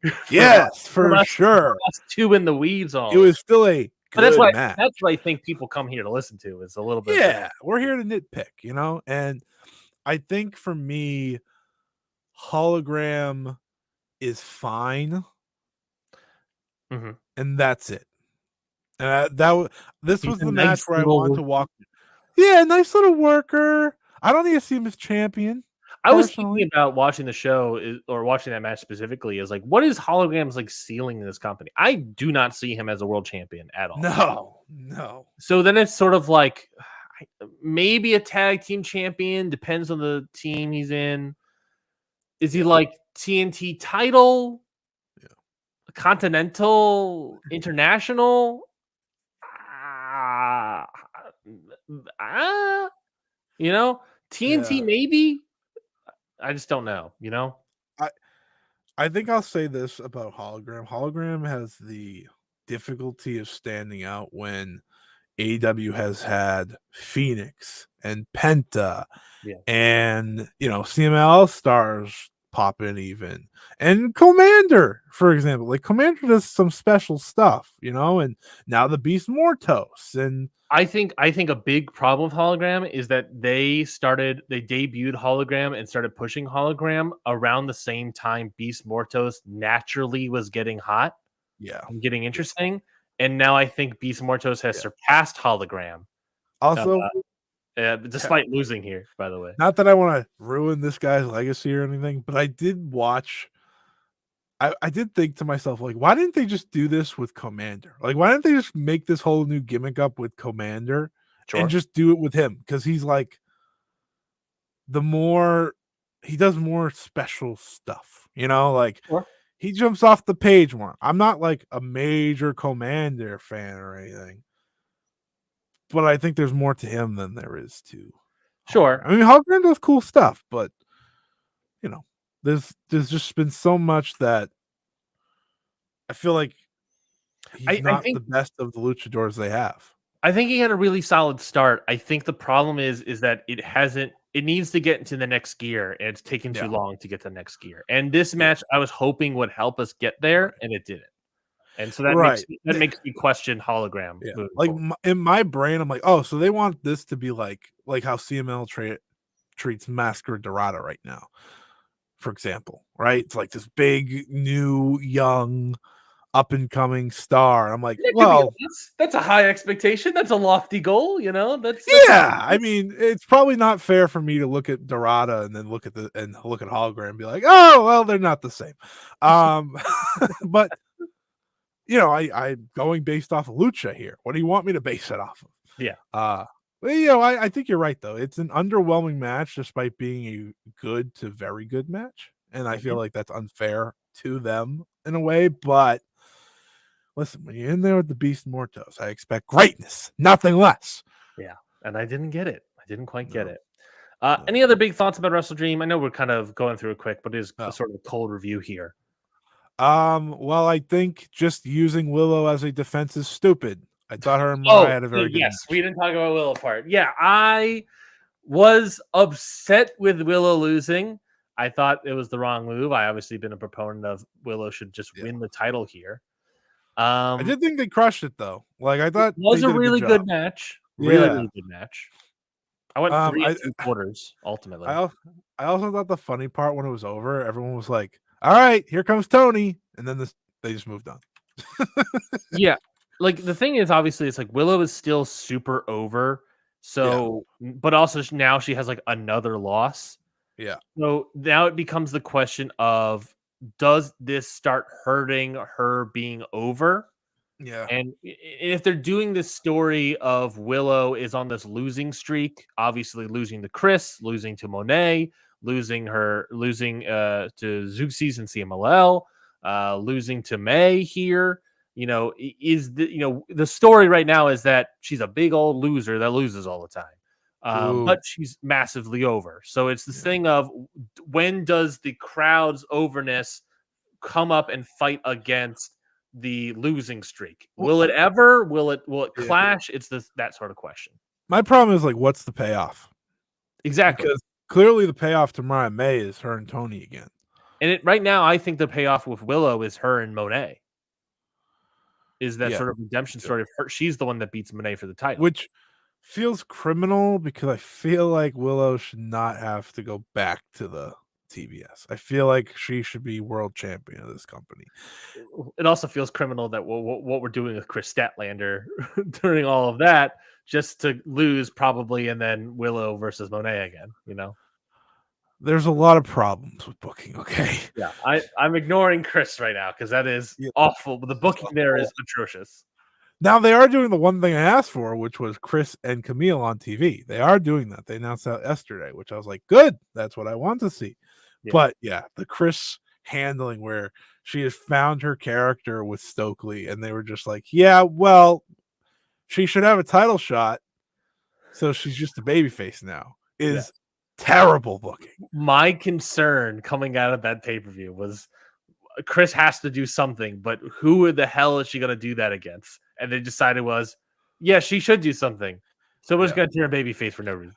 My main problem with it too is like, I understand that Mercedes got the bodyguard now and all this, but like Mercedes can play tweener. Mm-hmm. It could have easily happened. That Yep. was easier to do than just being like, yeah, Stokely and Chris, you're done. Yeah, I agree. I'll also say, be a great match though. It should be a good match. Should be really good. But match. I feel like that's what I say after a lot of AEW angles now. It's like, well, it should be a great match. I think that's also what's interesting. I think I've seen people talk about like, this company can't just be about having great matches, right? And it's like, in a weird way, it's like the great matches is what's keeping a lot of people on, and obviously the great pay-per-views on top of that. But like the TV, the booking, a lot of it has gotten really weak. A lot of it has gotten really nonsensical. But then it's like, well, but it'll be a great match, Like they still have so much like earned cachet from having great wrestling matches that it in a lot of ways, because we like to watch great wrestling, I can sort of ignore bad booking, know if the match is going to be great in a weird way. You know what I'm saying? Yeah, you're seeing me finally get caught up within that. That's why I'm like, I don't want to watch TV anymore because this is annoying me. I'm still gonna watch TV. Like, no, actually, we got a show to do. I'm still gonna watch Dynamite. I haven't watched Collision in forever. That's fine. I certainly don't watch Rampage. Well, Rampage is dying, so but even Dynamite, I find myself fast forwarding through some of it now. So it's like we are getting as close to, and obviously we have a show to do here. We're getting as close to the line as possible before it's like I'm just watching pay-per-views. It'll never happen because I need to know what's going on. Yeah. But I watched that Dynamite the other day. I was like, wow, I wish I didn't watch some of this, which is never good. Yeah, never quite. Adam Cole versus MJF is happening, right? Like that is the thing that is happening. That you and I buried on the show month after month. A year ago. Not that far ago. 1 year ago, we were burying that program. Like Full Gear is already pretty much made to me. It's like you're gonna have Moxley and Orange Cassidy. You're gonna have Garcia and Jack Perry. You're gonna have the Young Bucks versus Random Tag Team number 7. Mercedes Moné versus Chris. Mercedes Moné versus Chris. Takeshita versus Ricochet. Mariah May versus somebody. We don't know that. They'll throw it something in there. That's what they have done with her entire reign. Oh well, no, because she's feuding. She's facing Anna Jay in 2 weeks.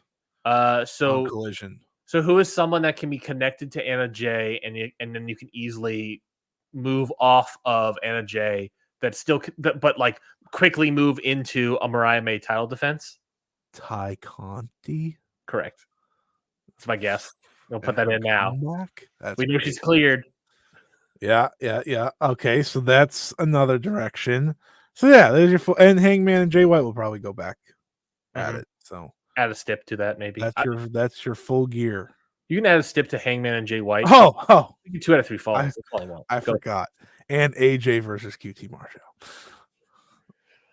Boom! All right, let's talk about King of Pro Wrestling. We'll again talk about this very quickly. King of Pro Wrestling happened in New Japan in Ryogoku Koken Hall. 6,211. Pretty good number here for New Japan as of late. Sold out. Sold out. Show was headlined, of course, by Zack Sabre Jr. winning the IWGP World Heavyweight title match against Tetsuya Naito in 24 minutes and 41 seconds. We had other title changes here with Ren Narita picking up the New Japan World TV title match. The first of the Riwa and Yuya to win, because Yuya won the KOPW, but that's a provisional championship. That doesn't count. There's also, I mean, I guess if you want to throw Kid in there, and he won the Strong, but still. I don't throw Kid in there, so good for you. Don't ruin my point. And then you had Kevin Knight and Kushida defeat the War Dogs to win the IWGP. Kevin Knight's fucking awesome, huh? Yeah, they're pretty good. You know what they should do with Kevin Knight? More. Hey, what do you mean? He's going to be on the whole tour for the Super Junior Tag League. He's going to be on the whole tour. That's they do this every year. They bring him back for Best of Super Juniors, then he disappears. Then they bring him back for the Junior Tag League, and then he disappears every single time. Any notable things from this show that you really want to talk about? Zack Sabre Jr. versus Naito, I thought was a pretty good match. I went 3 3/4. It didn't get me quite over that hump to 4. And maybe that's expectations. I don't know. I didn't feel what I was hoping to feel at the end of the match. I think maybe part of it could be simply that it wasn't in the dome. Doing the G1 defense here rather than the dome. I wonder if I was thinking about it during the match. It's like, I wonder if that lack of feeling I'm getting is just sort of the lack of crowd. Obviously this is a way smaller crowd than would be in the dome. If it's the, just the vibes are off. I think that's what it was. It was something about the vibes for me, which is off. I much prefer Sumo Hall over every venue in Japan. I really like Sumo Hall. It was just something about it was just I didn't quite click for me. I don't know what it was. It could be that I wasn't watching it live or I was watching it too late and delayed. Yeah, that could be it. I thought it was the best Naito performance you could have asked for at this stage. I thought he did a great job in getting Zach over. I thought Zach did a very good job as well in obviously his crowning moment.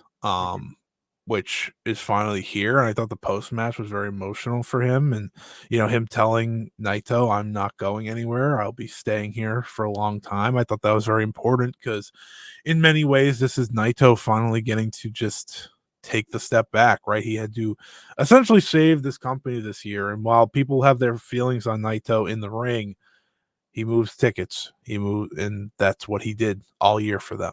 Right, they had to give him a little break in the middle with the Moxley stuff, which I think, got him to this point. He was never going to make it all the way to Wrestle Kingdom, and now you set up Zach for the future to lead this promotion. Zach is the new face for now. Yeah. While he is going to be the ideal person to hold it over at the top, and when he won, it felt the same, I'm sure, as like when Kenny won, because I don't think Ospreay is the same in that when Ospreay won, it's very different, but when Kenny won, it was like he put so much time and effort into New Japan. Him finally getting that title was so worth it, and the same goes for Zach. He put a lot of time. I don't know if anyone ever expected this to actually happen. I think it took a long time. I know for myself, I never believed it was going to happen until about, this year. Yeah. Where I was like, if they've gone with him, it feels like it has to happen now. And now it sets up, an exciting future. I think this show did a good job at continuing to set up the future for them. I fully agree with that. I thought the best match on the show was Shingo and Oiwa. Actually, I thought that 10 minutes was great. Yeah. Just awesome. And I watched Oiwa. I was like, he's the guy. Like, it's not even a question. Should we do a quick young boy re-ranking? Yeah, we should. We sure should. Oiwa is number 1. So it was hold on, real quickly. It's Oiwa, Narita, Cobb, Oiwa, Narita, Tsuji, Shooter, Yuya Uemura, and I think last time we threw in Gabe. We tossed in Gabe, right? Yeah, we'll keep Gabe Kidd. I keep Gabe Kidd in there just because he's still like part of that. He's the young foreigner. To keep Plus, he was he was in Japan during like the pandemic of a lot of these. Sure. So it's Oiwa at 1, and it's a far away. It's a firm one right now. I said this. I filled in on a New Japan show this week to help and to talk about it, and I said this there. I'll say this now. Out of all these young guys, who was the one getting world title matches on their excursion? It was Oiwa. Like, that's what he was doing. He was in the main events for Noah. He got a GHC heavyweight title match. Yeah. He was at the top. He was with Kaito Kiyomiya. All these other guys, Rev Pro and CMLL and whatever the fuck Naruto's one was. I really don't know what his was. It was the US. Yeah, I it's the guess, US stuff. which during COVID was not easy. So it was, it was what it is. And, they put Yu Uemura with Joe Hendry when Joe Hendry was not a world title challenger. So my point remains. He was a comedy act in the he's the guy. He went out there with Shingo Takagi, and he had a great showing in his first match back. By the way, in hindsight now, even as time goes on from that Joe Hendry stuff, full on Kazuchika Okada and TNA energy. Yeah, absolutely. 1000%. And maybe that's what they wanted because they're freaks. I don't know. Maybe they just wanted that. Brought it back and then said, "Oh wait, no, this doesn't work." Oh no, I'm thinking that's Yuya. That's Yuya Uemura. I'm thinking of Uyo for some reason. I thought we were talking about Uemura, to be fair. So, but Yuya Uemura, as time moves on, as we saw him in the G1, it was like, oh, I think we're gonna have him. Oh, he's that. Yeah, he had a great G1 before he got hurt. Yeah, and obviously the injury screws things up. So because of him being injured, I am going to at least give Tsuji the advantage for now. So he's two. Tsuji's two, 2, and then it would be Uemura because I think if Uemura was going right now, it'd be very different. And I think Uemura was actually locked in probably for a big title match. At Kingdom, but I have to be fair. So Tsuji gets the advantage because Tsuji seemingly is going to fill into that role against David Finlay at the Dome, which obviously good spot for him. Yeah. Shout out to David Finlay, by the way. Big match Suge. We'll see. Big match Suge. We'll see how that goes. David Finlay's been crushing it against the old guys, so yeah, I know that'll be interesting. And that's a similar style with David Finlay with what Tsuji's doing, so that in all by accounts it should work. By all accounts, powerhouse versus powerhouse. I'm into it. Yeah. And then it would be Oiwa, Tsuji, Uemura right now because Uemura's hurt. Then Kid. Yep. Then Naruto. Of course. Then that stinker Shooter Umino, who, if he gets the title shot at Wrestle Kingdom, just shut down the company now. How? What? He got booed out of the building. I was going to say, describe the feeling you had when Shooter came out in the main event. I was so happy. He got booed. I was like, yeah, boo him out of the building. Let the crowd, and Shingo did it. Like Shingo got cheers. Like Sonata got cheers. Shingo got cheers. The crowd fully was like, "No, thank you. No, thank you. We're good. We don't want you here." So I've seen people say like, "Oh, this is gonna be his Naito moment, right?" When Naito, but here's the thing: Naito was a good wrestler before it happened. Shooter stinks. Shooter's got moments, but I think the problem is his moments are against like everyone says like, oh yeah, but Shooter had that great match against Will Ospreay.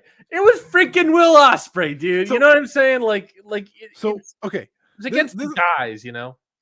His since coming back has been like a climb, right? So you watch him start to get a little bit better. You get to that Ospreay match, like, okay, here we go. And ever since then, he cuts his hair, he changes his look. He gains a little weight, you know. He just looks like a guy that doesn't care. Yeah, which was his issue in Rev Pro, and I don't know why they wanted to push him so hard and do all these sort of things. It's like, well, nepotism's a hell of a thing, and he has all of it. So, I think he needs to be the challenger at Strong Style Evolved, and not Wrestle Kingdom, because obviously he's getting the title match. I get it. He's getting a title match. It can't happen at Wrestle Kingdom. That is setting up everyone for failure. So what do you think Wrestle Kingdom is? Obviously, you know, we talked about like, is it a Zack Sabre Jr. defense? It feels like that could be Shingo. No, Shingo's power struggle. Yeah, Shingo got picked power struggle. My big three here, I think, is Tsuji and Dave for the global, right? Yeah. Hiromu versus Naito as your big special singles.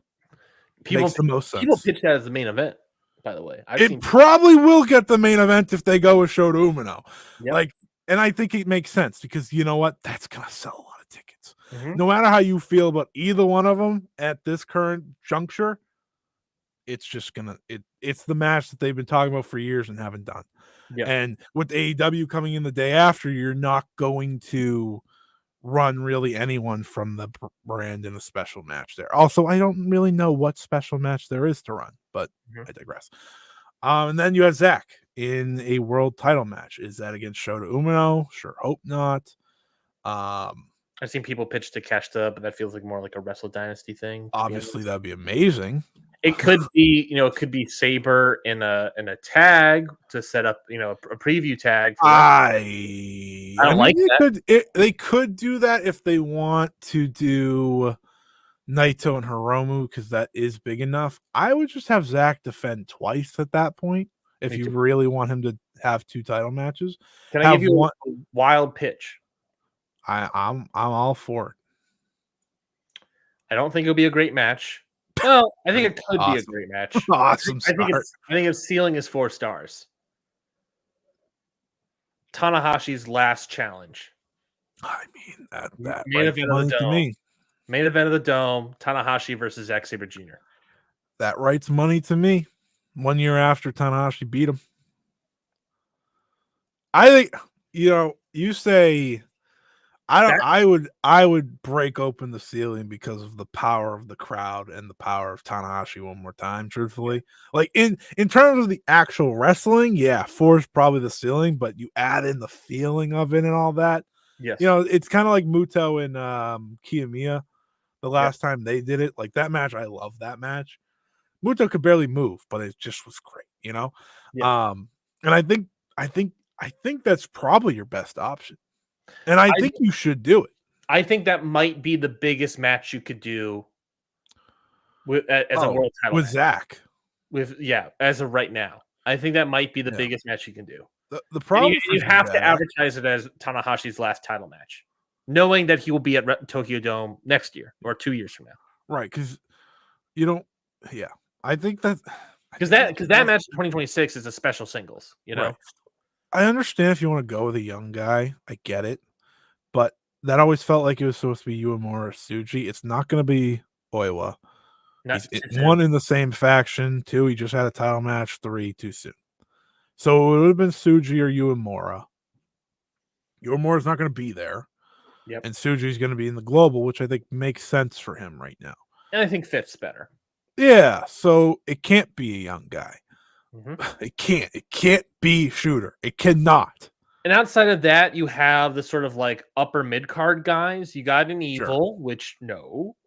You got a Cobb. No.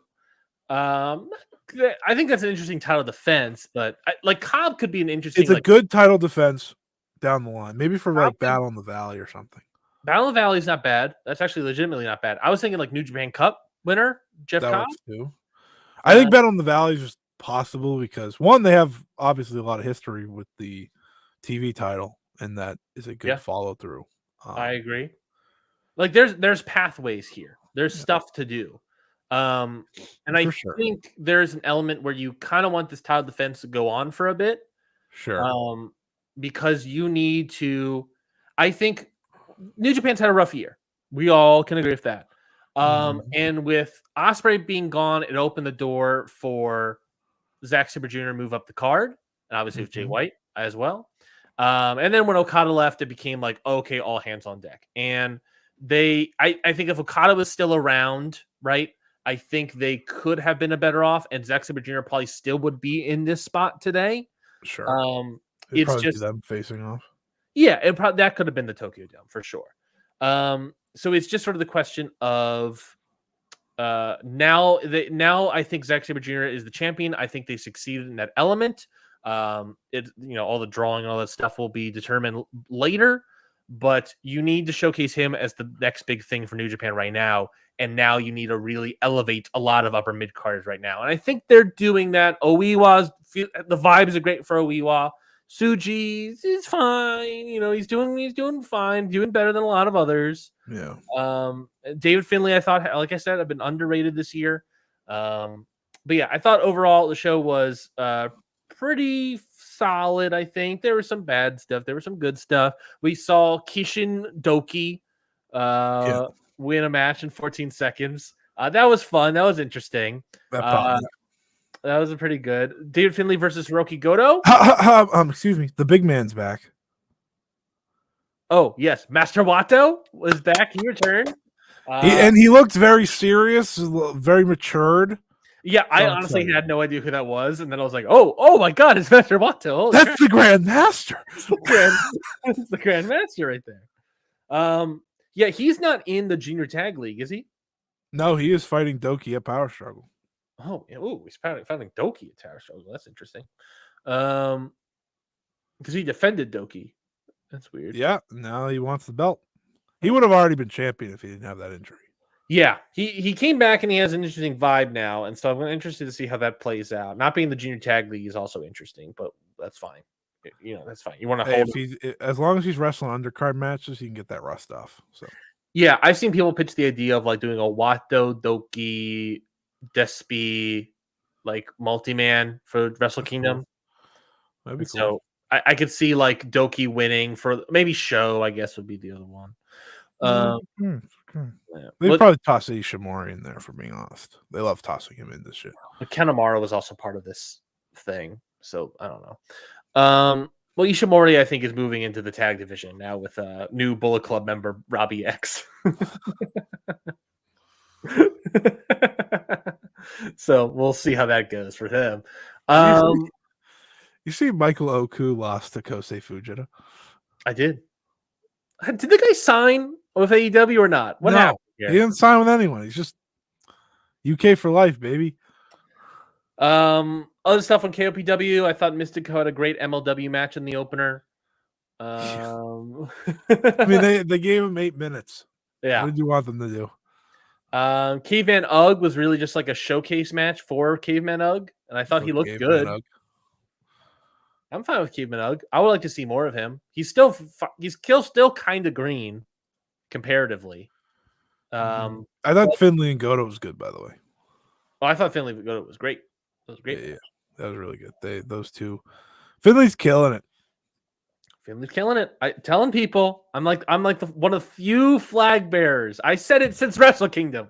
I've been flag waving for this guy for so long this year, and now people are starting to be like, remember when I said out of spite I was going to be a David Finlay guy because I wasn't a big Gabe Kidd guy?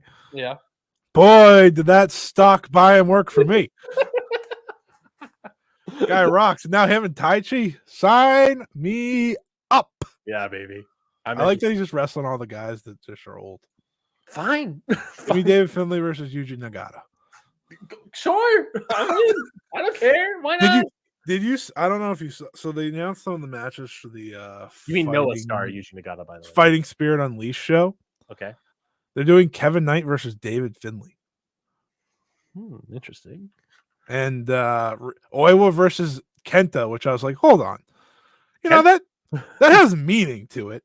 Because of the Noah, and he learned from Ogawa, and I was like, they're just throwing this in the middle of Lowell, Massachusetts. So you're going, is what you're saying. You gotta see your. Okay. Was it Big Good Grip? What is his name, Mr. Grip? The Grip, just the Grip, just Grip. The Grip. So fun fact, that the women's 4-way that they're doing. Yeah. Yes. Anna Jay's in it. Yes. Hazuki's in it now. So yes, I saw that. Yep.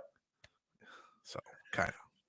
Yeah, you got just obviously looking way ahead. Mustafa Ali versus Leo Rush. I'd be more excited if it was like not Mustafa. Yeah, I know. David Finlay versus Kevin Knight, non-title match. Kenta versus Oiwa. Fujita versus Gabe Kidd for the strap. Yeah, that could be fun. Grizzly Young Veterans versus Mikey Nichols and Shane Hayes. Nah. Are you not a Kosei Fujita respecter? No, I am a Kosei Fujita thing. I'm saying that could be good. And of course it could be good. NJ, Hazuki. I don't know. It's gonna be like Viva Vaughn too. It's gonna be like Viva Vaughn and Trish Adora. It's Koguma. Oh, Koguma. FWC's going. Okay, so the match sucks. Fuck you.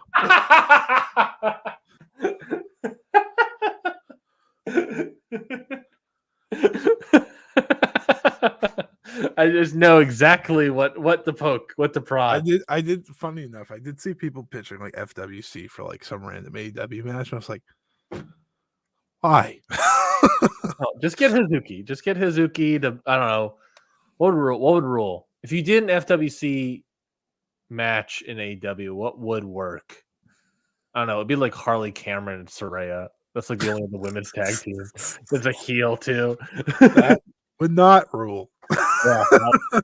Hazuki's a magic worker, but I don't know about that one. I mean, you could legitimately do like Hazuki come over and do like a title eliminator or against Mariah May. I just saw it and I was like, wow, that's crazy. Mercedes picked Suzuki to face. Awesome. You should do Hazuki. Here's my pitch. You should do Hazuki versus Mariah May on TV as a title eliminator.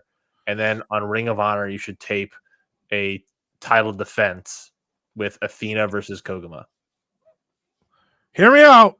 Hear me out here. Why don't we just do Athena versus Suzuki and nothing else? Well, that could also work. That would also be great. That to me is better than everything we could possibly pitch. All right, moving on. Real Quest. I didn't watch this show, but Scotty. Oh, this show stunk.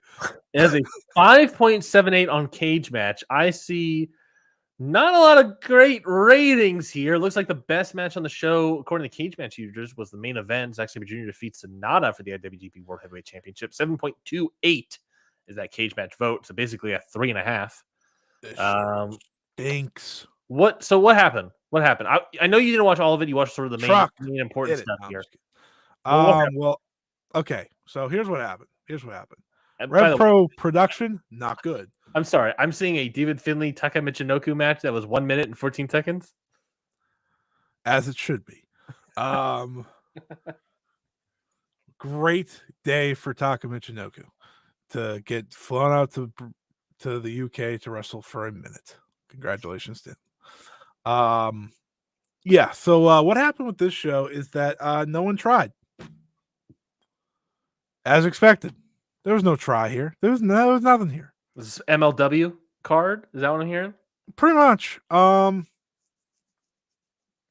It wasn't good. It just wasn't a fun show to watch. What did you watch, by the way? Because I know you didn't watch all. I watched the last three.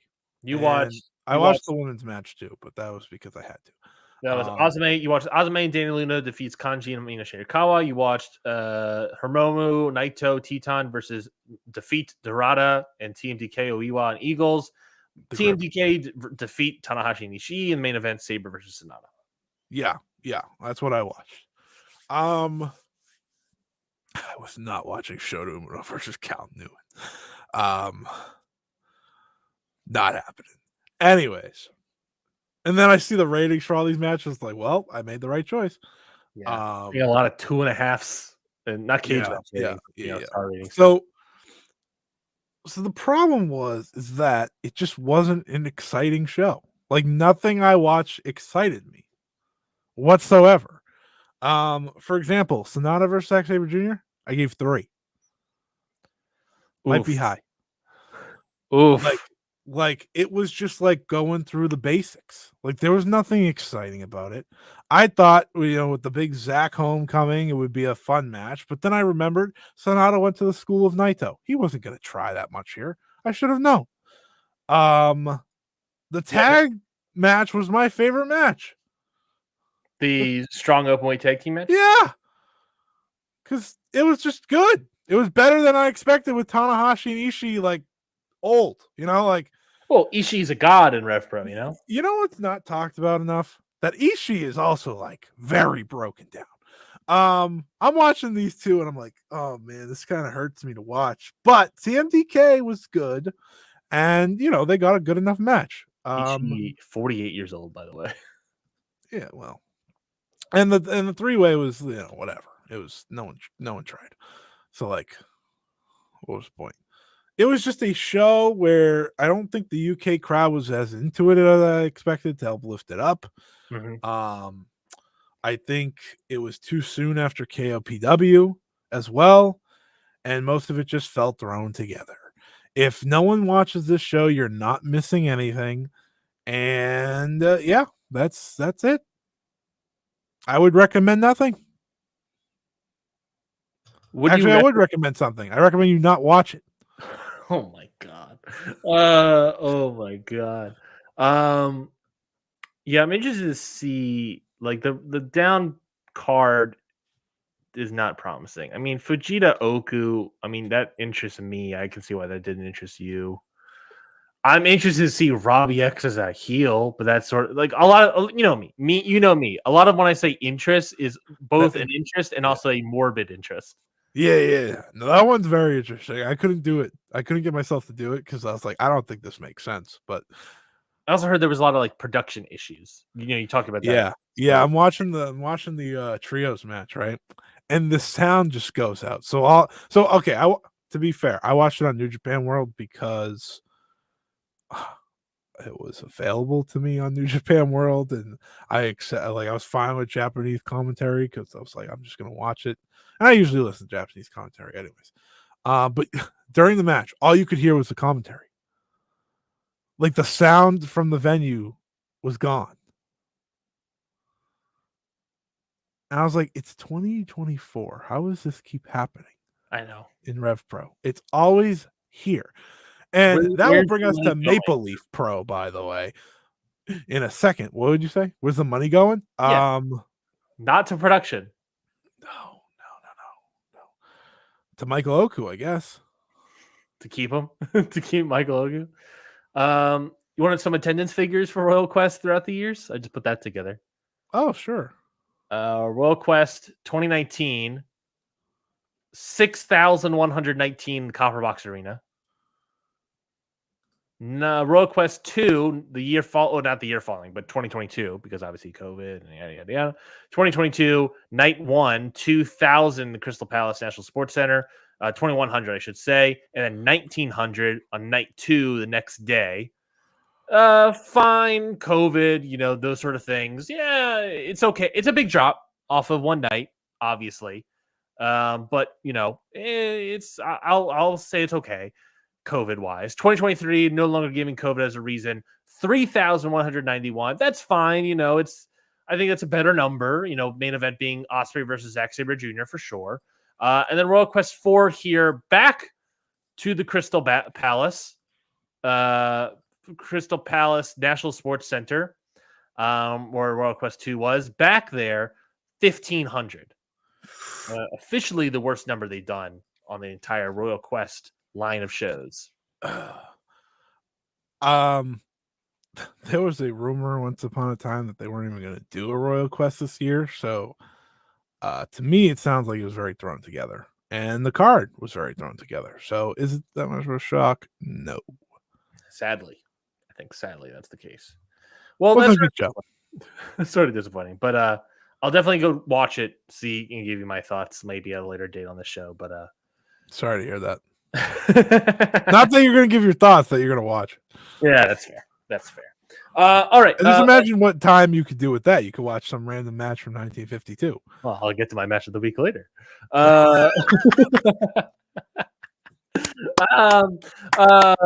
Last thing. Ovation. We're going long a little bit today just because we weren't here last week. Last thing before we go, though, Bound for Glory is TNA's one of their big shows every single year. Scotty, what about Maple? Maple? We're going to tie Maple into Bound for Glory. Okay. TNA. I think that's completely fair. I don't know the TNA card besides one match, so I can't wait for this. All right. So Bound for Glory is happening October 26th in Detroit. We're going to review it next week. So, yes, we actually legitimately probably are. You're welcome. Fun fact: the Undertaker Donald Trump interview has dropped. In case you're interested, I saw one. I went to Twitter to look up WrestleTix, and the first thing I see is Trump on Undertaker's podcast saying, "I always thought The Rock didn't like me." By the way, I like Dave Bautista. All right, continue. I'm looking through WrestleTix to see if I can find Bound for Glory, but I can't find it. But if I update Bound for Glory, I do know TNA have been on a streak of selling out a lot of buildings. Now I don't know what kind of gates these buildings are doing, but I know they've got a streak of that. Hot. Is TNA hot? It's weird because I feel like TNA is potentially hot in terms of ticket sales, right?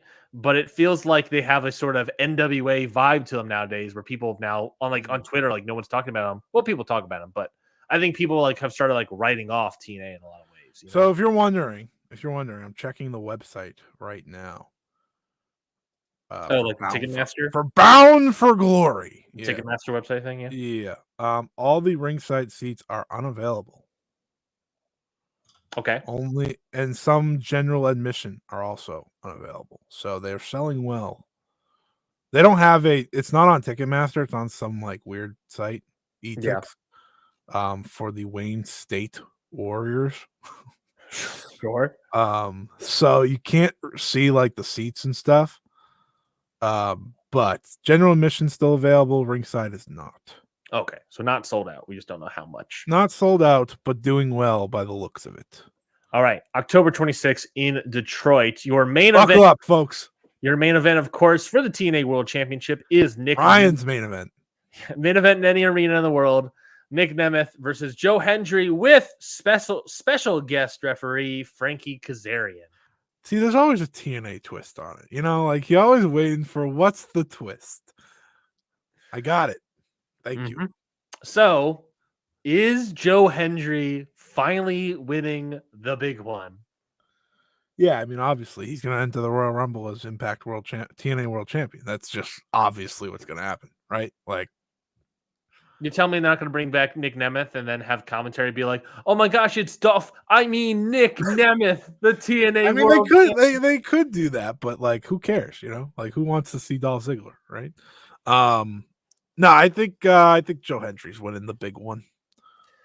I don't know. I think the Frankie Kazarian of all, to me, screams like screwing Joe Hendry over because he wants. Listen, TNA's stupid. I get it. Nick Nemeth and Kazarian that have ultimately been feuding, so it feels like it's just a way to screw over Hendry. Well, you're probably right. I just think that they want to put this belt on him because he got WWE NXT fame for 5 minutes. I agree. And you know, am I a Joe Hendry fan? No. Do I really care who wins this? No. Am I still going to have to watch it? Yes. So I'm picking Joe Hendry because I don't believe in Joe Hendry. But give me a star rating on this match. 2.25. Oof. We know that I am more. So folks, people in the back. Me and Ryan had this conversation earlier this week. How like we were talking about star ratings and like Ryan's a little harsh when it goes higher, right? He's a little stingy. Like he won't go to the 5.5 or 5.75, maybe though I haven't done one of those in forever. But my point is, it is harder for me to give a 5-star. Sure. But also in a lot of ways, it's hard for me to go negative 0. Yes. Like I'm a good like 3.5. Yeah, you love to toss out the threes between 3 and 4, right? Yes. That's where you sit. Yeah. That's where I think wrestling ultimately lives right now is 3. Yeah. I live in the range of if I don't like a match, I'm going way below 3. That's why I'm saying this is 2.25 because I don't see this being good. Well, I also don't see this being good, so maybe I'll join you there. Other things on the show. I can see you give it 3. You have no faith in me or lack of faith in me? No, I just think I don't know what this is.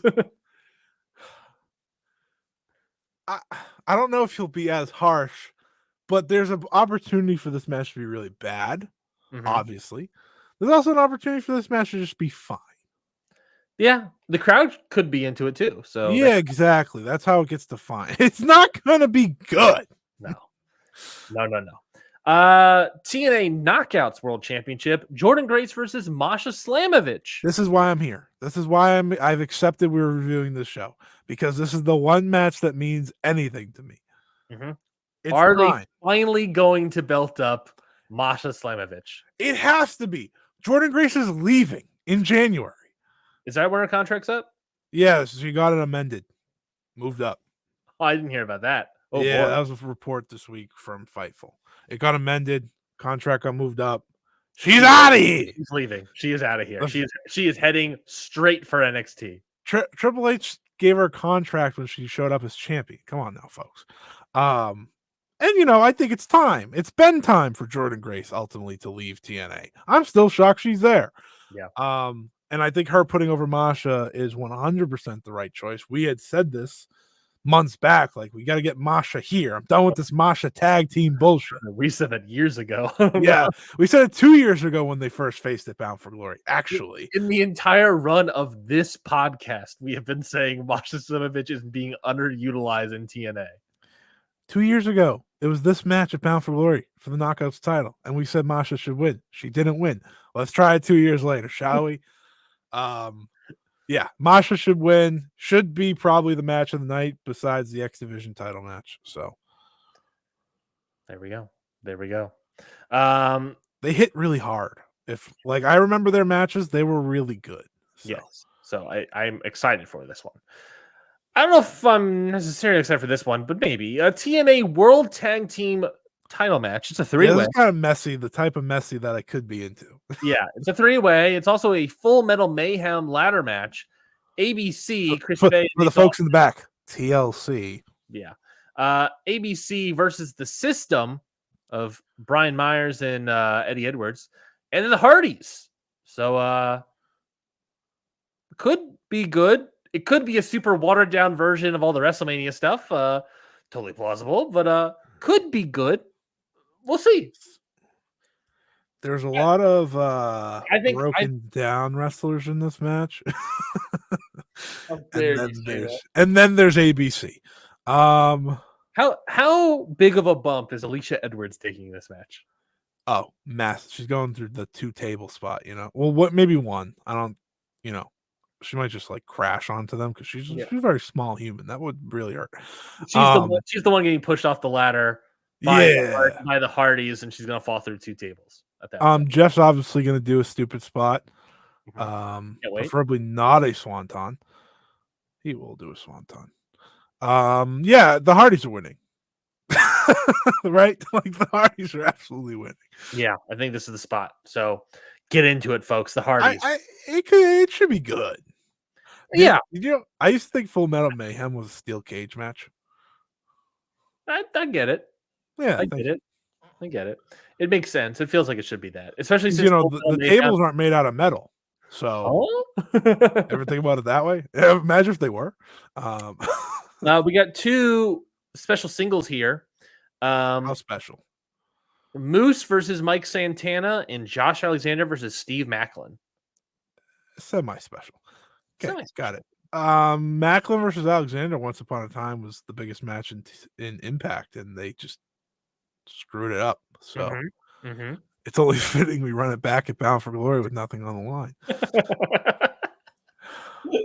Is Steve Macklin a babyface finally? I don't know, man. All right. I think Josh Alexander's a heel, if I remember correctly. Yeah. Well, so how much speaking of amended contracts, how much time left does Josh Alexander have on his February contract? February. He's February? Up in February. Yeah. He's heading to MLP, right? He's already in MLP. Well, so that's the thing about MLP, right? Is that so obviously they had their first 2 shows. I know you said you watched the Speedball Takeshita match. Yeah. Which is sort of like it was the main event of night 2, right? What? Night 1. What was the main event night 2? That was the Takeshita versus Josh Alexander for the AEW International Championship. Ooh. Let me just pop over the cage match real quick and see what that has. Okay, Fortune Excellence. Yep, that's the one I want to do. And it has oh my god, it has 3 ratings. 2 of them are a 10, and 1 of them is a 9. Okay. I will be seated later. Someone wrote, just like the Takeshita versus Bailey match the night before, this is a complete masterclass from 2 of the best at modern professional wrestling. All right. All right. I'll be locked in. To be fair, going into this Forged in Excellence duo, I was more excited for the Alexander match. So that's fair. So the thing about MLP, and the ultimate irony of how TNA has when TNA became TNA, and they had all of their weird financial issues earlier this year, right? And they, all this sort of weird company stuff. They changed up the contract structures of everybody and sort of reclassified everybody as like full on, basically like independent contractors, where it's like you can just work whatever you want as long as you can make our dates. And it just feels like that almost like bites them in their ass when it comes to LLP, because it, based off of vibes off of Twitter alone, it feels like Maple Leaf Pro Wrestling last night, or over the weekend. It's Impact is just former Impact, so under Scott Moore's reign. It legitimately feels like Impact, and then this TNA. So as someone who watched the match, I wanted to get the vibe of the show. I wanted to see like one great production. I literally said to you, I saw a clip that night of. I was like, "It's TNA." You're like, "What?" I was like, "Just look at it. It's TNA." You look at it, it's like, "That's TNA." That's definitely TNA. It is great production. Has the TNA stage. Has so like he could have done something different, by the way. He could have done anything, and it is just full on. Okay, like, this is insane. I'm watching this. I'm like, I feel like TNA is just helping him at this point. Like, I feel like TNA was like, here, you can have the stage, like, sure, because they even gave TNA a shout out on commentary because they did a Bound for Glory ad in the middle of the show. Oh, so they're like working together in a weird way. So they're working together with the guy they fired. Weird. And they're really just like eating each other's own market share, right? I mean, not obviously in terms of attendance. I mean, around Canada. Yes and no. I guess Major League Pro. My interest level in it actually is higher than I expected because it is a Canada-based promotion, something that barely exists now. There's like the one promotion that like Stu Grayson runs or something. Yeah, there's the one promotion where that wrestling podcast YouTuber runs. Right, like the Wicked Indies. This at least has something to it, and it seems like there's a goal with it. And as you and me talked about privately, AEW working with them could be a very good thing. Yeah. One for Maple Leaf Pro, and two for AEW, who, as we've seen with their Canada tours, they always aren't the hottest. So just, that involvement in being around could do a lot of good for them. So I watched this match. Great match, by the way. Shocker. Takeshita. This is Maple Leaf. Yes, Maple Leaf. Main event. Him and Speedball. Speedball was great. Speedball did a shooting star leg drop. My guy. I love it. I was like, that was pretty awesome. It was a great match. You'll enjoy it. I'm sure. It's the first Speedball match I've watched in a long time. Yeah. It's not a 5-star match for me or anything like that, but it's a great match. And I'm watching this. Mauro Ranallo, after not hearing him for a long time, he's great. Like, he knows all the moves of Takeshita. He knows all the Speedball moves. Out of the game, and he's on top of it all. He knew more moves than Don Callis did, and Don Callis fucking works with Takeshita. like he hits the Raging Fire, and fucking Callis goes Blue Thunder Bomb. I'm like, what? That's your guy. And Mauro's like, no, that's the Raging Fire. I was like, that's so embarrassing, honestly. Yeah. I was like, that's great. But I thought the whole vibe to it was exciting. Oh, and here's the biggest difference between TNA and Maple Leaf Pro. The crowd made noise. A lot of noise, by the way. And it was just an exciting vibe. It's Mike Bailey, by the way, 9.33 on Cage Match currently. Yeah, I saw a lot of people saying they want Speedball to be signed by AEW. And like, that's cool and all. And I hope, I'm sure he will. I imagine that applies to probably Alexander as well. I think people. Yeah, well, not as much with him. Actually. Not as much, but I think it's there. AEW. So if they sign Speedball, he should be a tag team guy, because AEW has a lot of one-trick ponies type thing. One trick. It's like, he's a great wrestler, but promos, no. Yeah.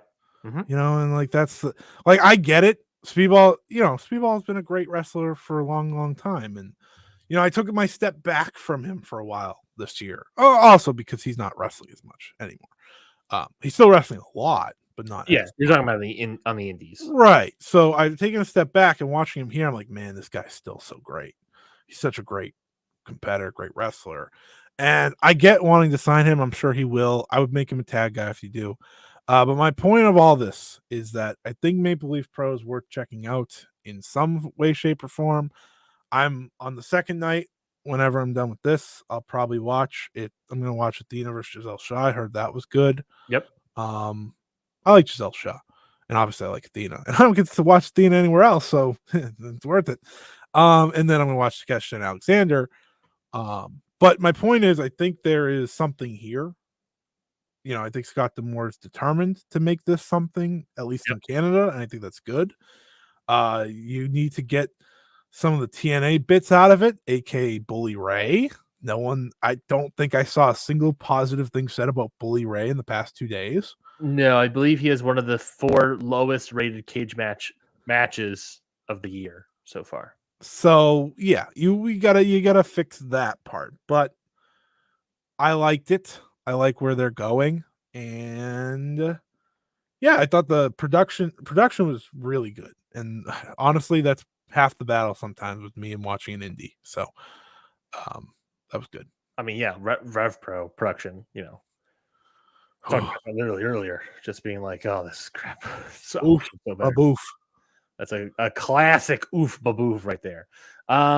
Yeah, so Josh Alexander versus Steve Macklin, Moose versus Mike Santana. That's Macklin Alexander. That should be fun. That should be I like solid. Mike Santana. I like Mike Santana as well. He's actually impressed me a lot. And versus Moose, I think Moose should beat Moose. He should beat Moose. The problem is that he's a baby face, and sort of you look at, I don't know, maybe like Alexander beats Macklin and Santana beats Moose, and then those two can be number one contenders or whatever, and then it's probably me Alexander. That works. Yeah. Mike Santana is better than Joe Hendry. I hope everyone knows that. Thank you. Move on. I agree.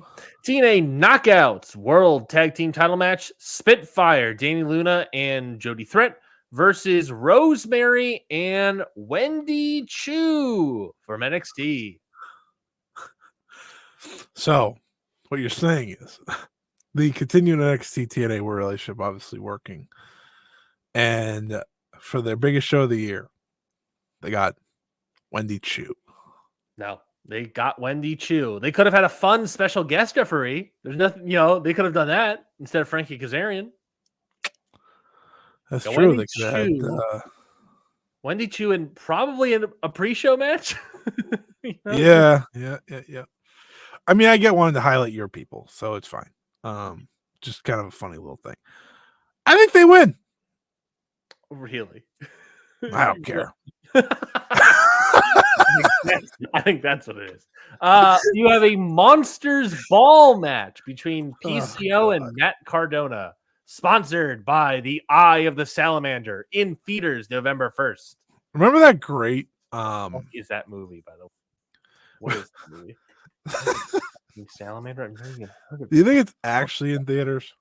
What the fuck is this? What is this? Is a fucking dragon skull on a pyramid? What is this? What is this movie? It has a 9.1 out of 10 on IMDb? What? All right, Ryan, I'm going to need you to review The Eye of the Salamander. That's very important to this show. So that's your new thing. You're going to go watch that. You want the tagline for the movie? Sure. A nutty archaeological professor pokes his nose into the wrong Aztec artifact. Artifact. When I say that, artifact. This looks bad. I don't even know how to watch it, and it looks so bad. Anyway, sorry. Well, I'm going to make sure you do. Make sure I watch this as part, because since that movie is sponsoring the Monsters Ball match, I'll make sure I watch it since it's tied together. To get the full review for our listeners. My point of this is, remember when Matt Cardona had? Sorry, hold on. It came out in February. All right, man.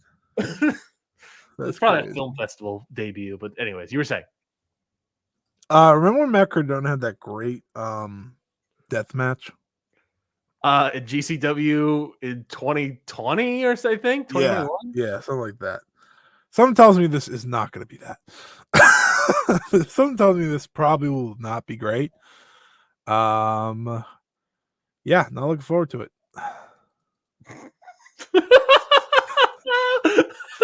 Are you still looking at the Eye of the Salamander or whatever the fuck? What? I gotta show you this photo.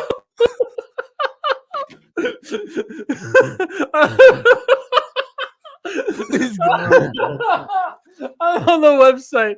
I'm on the website for the company, and it's really just the website. It looks like the Eye of the Salamander is a movie that was made by a production company to showcase their like their production company skill set, because like the website says like bringing the world of 3D to independent screen. So I think the idea is more of like we made this movie to showcase our CGI and our costumes, all this stuff. Oh god! I scrolled down. There's a thing, a hyperlink titled "Digilegs." I clicked on that, and this photo labeled "First Try," well, I'll be on screen in a moment, was on their website. Here you go, Scotty. Here is the photo for the Digilegs for the movie Eye of the Salamander.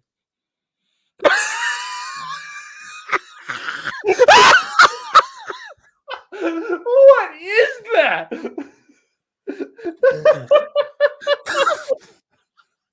I got photos of him walking around, Scotty.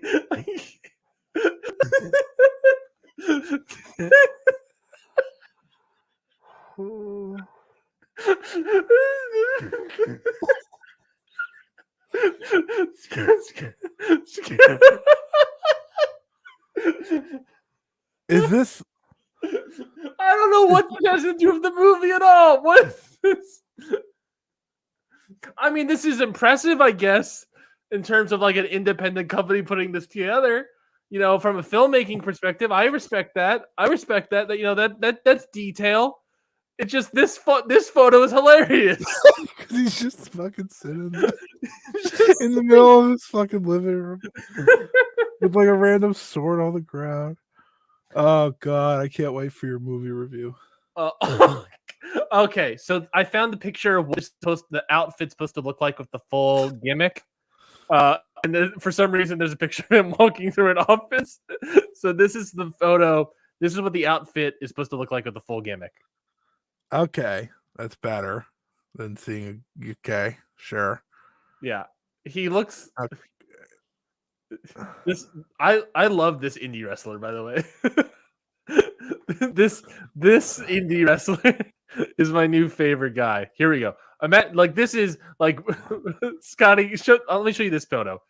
Like Bray Wyatt, eat your heart out. You know what I mean? Look at this. This is cool. You know, if an indie wrestler came out to this gimmick, that'd be cool. Get WWE on the phone. You know? Oh my god. I cannot believe we found this movie. We need to finish this show. You have gone down a path that I need to drag you out of. I don't even know how to watch this freaking movie. I will figure that out for you. All right. Okay. Anyways, the last match here to talk about for Bound of Glory is the X Division title match. Trailer. Yeah. Oh, there's a trailer. I've been waiting to see it. I might be able to watch on Roku. Anyways, X Division title match, Scotty. Mike Bailey, Speedball Mike Bailey versus Vikingo returns to TNA. So Mike Bailey versus Vikingo. Thoughts on that match? I mean, it should be great. I haven't seen Vikingo. Actually, no, I watched Surely watched him in Glee. I did. I watched the Ricochet match. It wasn't all that great. It should be good. Could be great. Yeah. I think it should be. I think it easily could be great. You know, I think it could easily be great. It's Vikingo. Who do you think's gonna win the Call Your Shot Gauntlet? There's a Call Your Shot Gauntlet. Oh yeah, there sure is, buddy. The free countdown. There always is.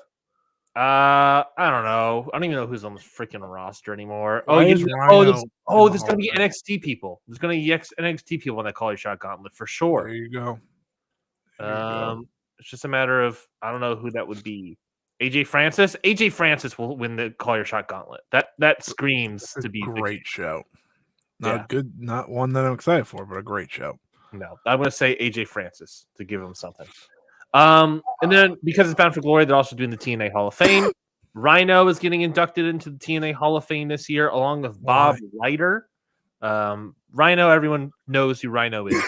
Bob Ryder, you may not know, is one of the founding members of TNA. I don't actually know. He's like a former wrestling journalist, sort of like a Dave Meltzer-esque type.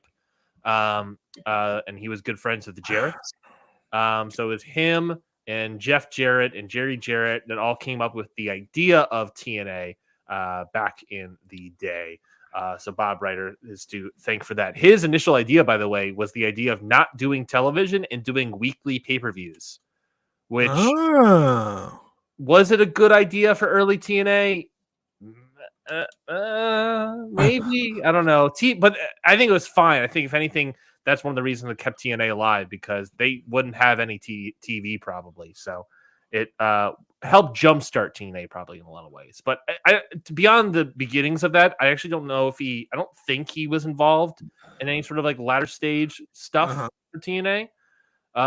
Sorry, Hassan Albani, back with the Eye of the Salamander. He wrote, "Is this Jack Perry?" I love that joke.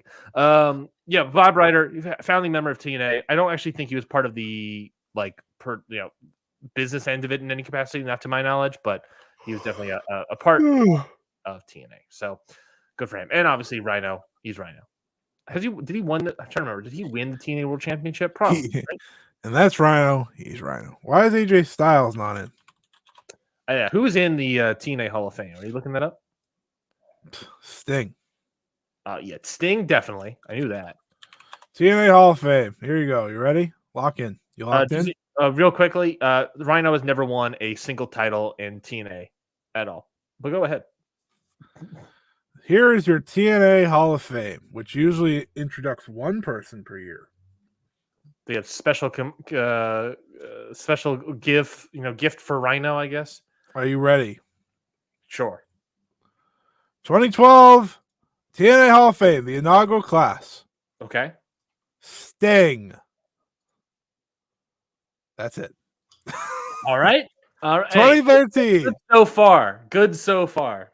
2013. Kurt Angle. Still good. Still good. They skipped 2014. 2015. Earl Hebner. Wait, what does that sound? Jeff Jarrett. So they skipped 2014, and then they had to make up for it in 2015 by doing two. 2016. Gail Kim. By the way, Dixie Carter has inducted 3 of the 5. All right. Skip 2017. 2018. Abyss. Okay. I don't have any issues with any of these people so far. Skip 2019. 2020. Ken Shamrock. Also inducted by The Rock. Inducted by The Rock. Don't ruin my bet. Don't fucking ruin my bet. Well, Ken Shamrock, first time champion in TNA. He was the NWA World's Heavyweight Champion of TNA when it first started. Reasonable. On the first show, I believe it was. First good reasoning, in my opinion. Yeah. And also at the time in 2020, he was like part of the roster. Yeah, he was. 2021, Awesome Kong. Yeah, that makes sense. 2022, Raven. Feels weird to me. Sure, yeah. I get it. Mountain winner, though. Yeah. Feels weird, but I'm fine with it, I guess, ultimately. 2023, Tracy Brooks. I've heard good things about Tracy Brooks. The original knockout. Yeah, so I think there's a historical significance case for Tracy Brooks in the TNA Hall of Fame. And then 2024, Rhino and Bob Ryder. I think it's funny that Bob Ryder's getting inducted into the Hall of Fame when Jeff Jarrett, Bob Ryder have all been in, but Jerry Jarrett has not gone into the Hall of Fame. So the 3 founding members, Bob Ryder beat Jeff Jarrett's own father. I missed some. They didn't even induct him after he died. I don't even know what are we doing here. There's 2 group inductees. Okay, perfect. 2014 Team 3D, Sure. Bully Ray and Devon. Fine. So they didn't And- skip 2014. They just did Team 3D instead. Yeah, my bad. And then 2023 also Don West and Mike Tenay. Yeah, that was a good one because that was also after Don West passed away. And it was nice to see Mike Tenay, and he had that really emotional speech. I thought that was great. So I'd argue this year's class is the weakest. So who are you voting for in this year's ballot for the TNA Hall of Fame? These are my only 2 picks. Yeah, in the Japan region, it's Okada, Tanahashi. It's who else was in there? Sonata, the great Sonata. Great Sonata. Who else? Yeah. Great Sonata had the most success out of them all. Yeah, the X Division title. Taiji Shimori. Daiji Shimori. All right, we'll add him to the ballot. We'll add him to the ballot next year. Yeah. So that's Bound for Glory. We'll get a review of Eye of the Salamander next week, and maybe the show. All right. Ryan's gonna spend his week watching Eye of the Salamander. How do you all feel? Every week, Jesse and I watch a movie. Oh no. And I'm going to find a way to pitch the Eye of the Salamander. If I can even find where to watch this thing. I've only seen trailers. I can't even find the full movie. I don't even know if it exists. IGN movie trailers even posted it. Oh, interesting. Yeah, so that's it for this week's episode of Ring Post Radio. But before we go, we got a few plugs and our match of the week. So, Scotty, without further ado, would you please give the folks at home your plugs and your match of the week? Yeah, you can follow me at Scott E Wrestling on Twitter. I'm not on there as much lately, but if I have content, that's where to check. So do that. I have some interviews coming up soon, which is fun. One with Sari, I know, surprise, and the other with Mai Sakurai of Marigold, ahead of their big show on Thursday. Nice. She'll be defending the tag belts alongside Mirai with Victoria Yuzuki and Kazuna Tanaka. So, big show, big interview. That'll be out tomorrow on Fightful. So, something to look forward to there. I'm also putting together. I finished the sheet for my Joshi all-time watch back.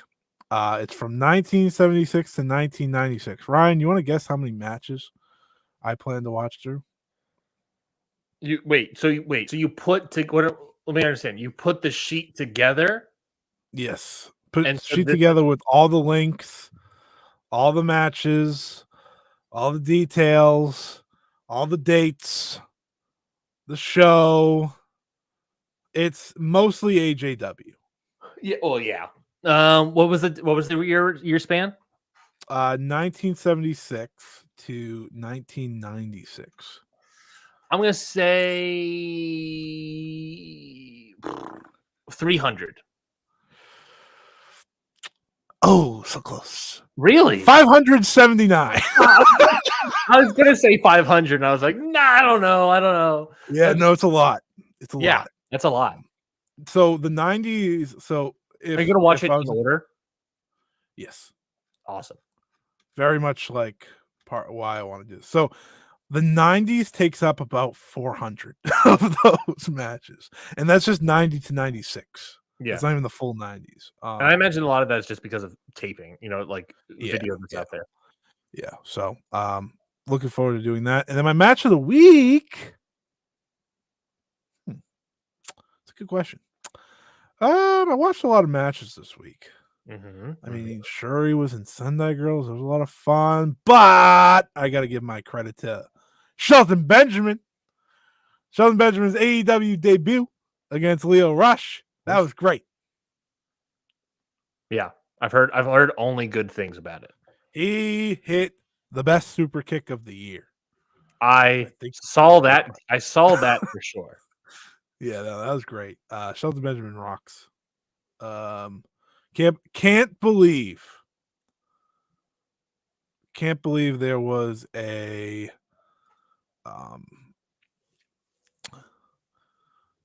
doubt on what Shelton MVP and Bobby Lashley could bring to AEW at one point. Yep. Well, there was doubt on Shelton, and I think Shelton just proved his doubt in one match. And it's like, oh, okay, yeah, we're good. We are all good here. So I think that is strap in, folks. I think we're going to see some great stuff for sure. Any other plugs, Scotty? No, that's it. Okay, my plugs are a couple things. One, make sure you go out and vote. If for a lot of states, it is your early voting is the time. I have early voting happening right now. I'm probably going to vote after this. Obviously, I have my things of who I should vote for and who I want to vote for. And I will say, I think you should vote for who I'm going to vote for, but I don't want to get too political on the show. But if you can, please go out and vote. It is important. No matter what it is, just taking part of democracy is important. That's why we're here in America, folks. That's what we were built off of. So go vote. And I would like for you to vote for who I would like to vote for in the presidential race. It is Kamala Harris. Because as somebody that has a wife with a lot of student debt and is looking to, trying to get out from underneath that hole, as someone who is recently bought a home that would like some sort of tax break on my house, for someone that is looking to start a family and would like a tax credit for my new family and not instead have the government track my wife. I would prefer to have Harris win, but that's my personal feelings. Not speaking for Scotty here, but that's my personal feelings and my plug. The other thing I want to talk about is if you're on Twitter, go to settings, privacy and safety, data sharing, then to Grok or whatever the hell that thing's called, and turn off the new terms of service thing that they added in this past week, which is allowing Twitter or X to train their Grok AI off of everyone's tweets and images.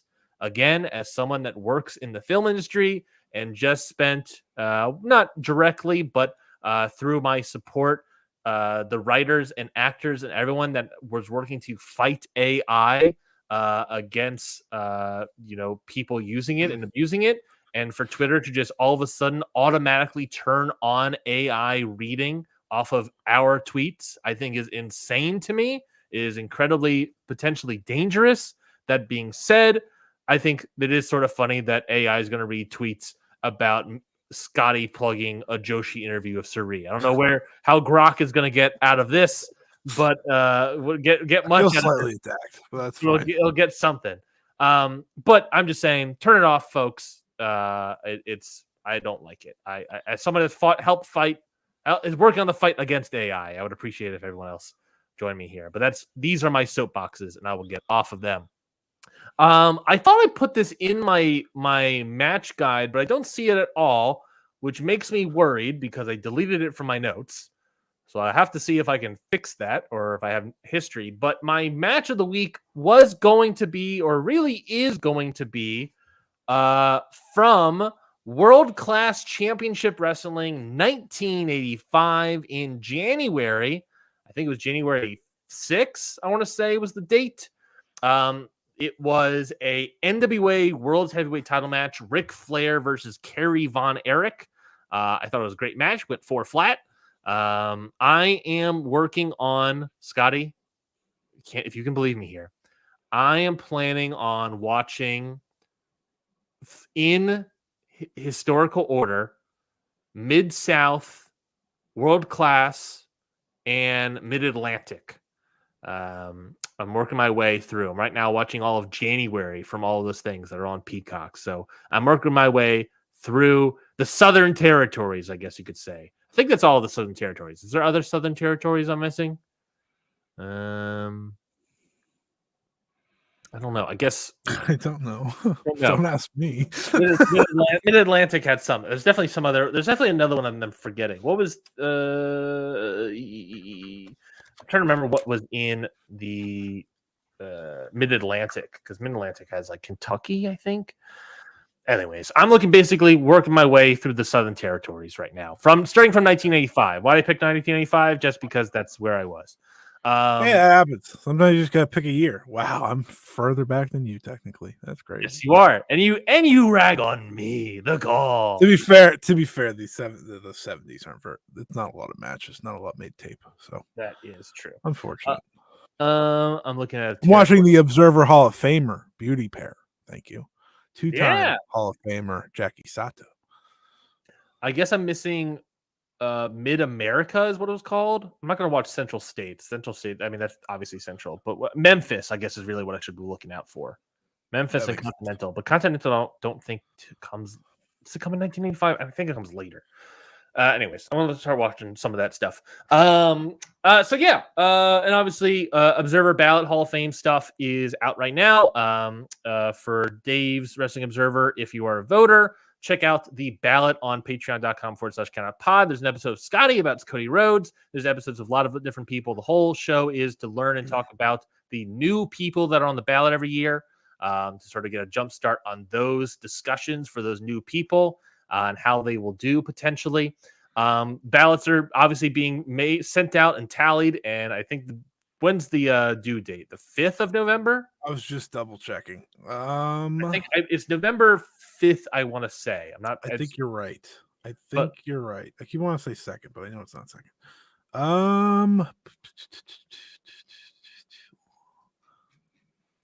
1 second.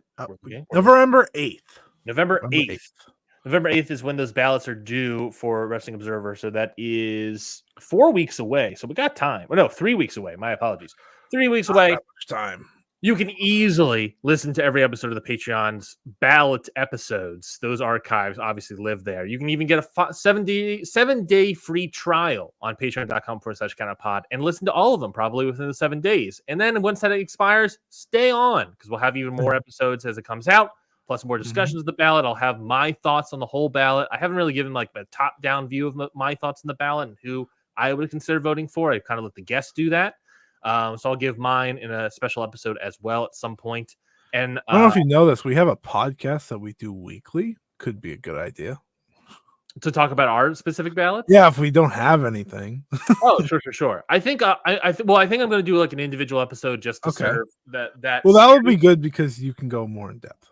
I'm going to go in more in depth and give. There's a lot of candidates. I think at some point, once we get to maybe after November 8th, that Sunday after the 8th, because the 8th is a Friday, I think. Mm-hmm. Maybe the 10th, you and I discuss the ballots and everything, because Dave's going to tally everything, so it's not going to happen immediately, Right. So maybe the 10th is when we discuss it, because instead that would be a Power Struggle review, Fighting Spirit Unleashed review, and a historic crossover preview. And it looks like that would be it. So I think that would be a perfect time for us to talk about the ballot and give our go back and forth on our thoughts on different things and what we talked about. Yeah. Starting to listen to all the podcasts now. So perfect. So if you want to get and not just that, if you want to get interested in the Hall of Fame conversations, again, patreon.com/countupod. Great resource, great guests as well. So that is it for this week's episode of Ring Post Radio. Until then, I think that's it. We will be back on Sunday next week. So until then, folks, we'll talk to you all later. Goodbye, everybody.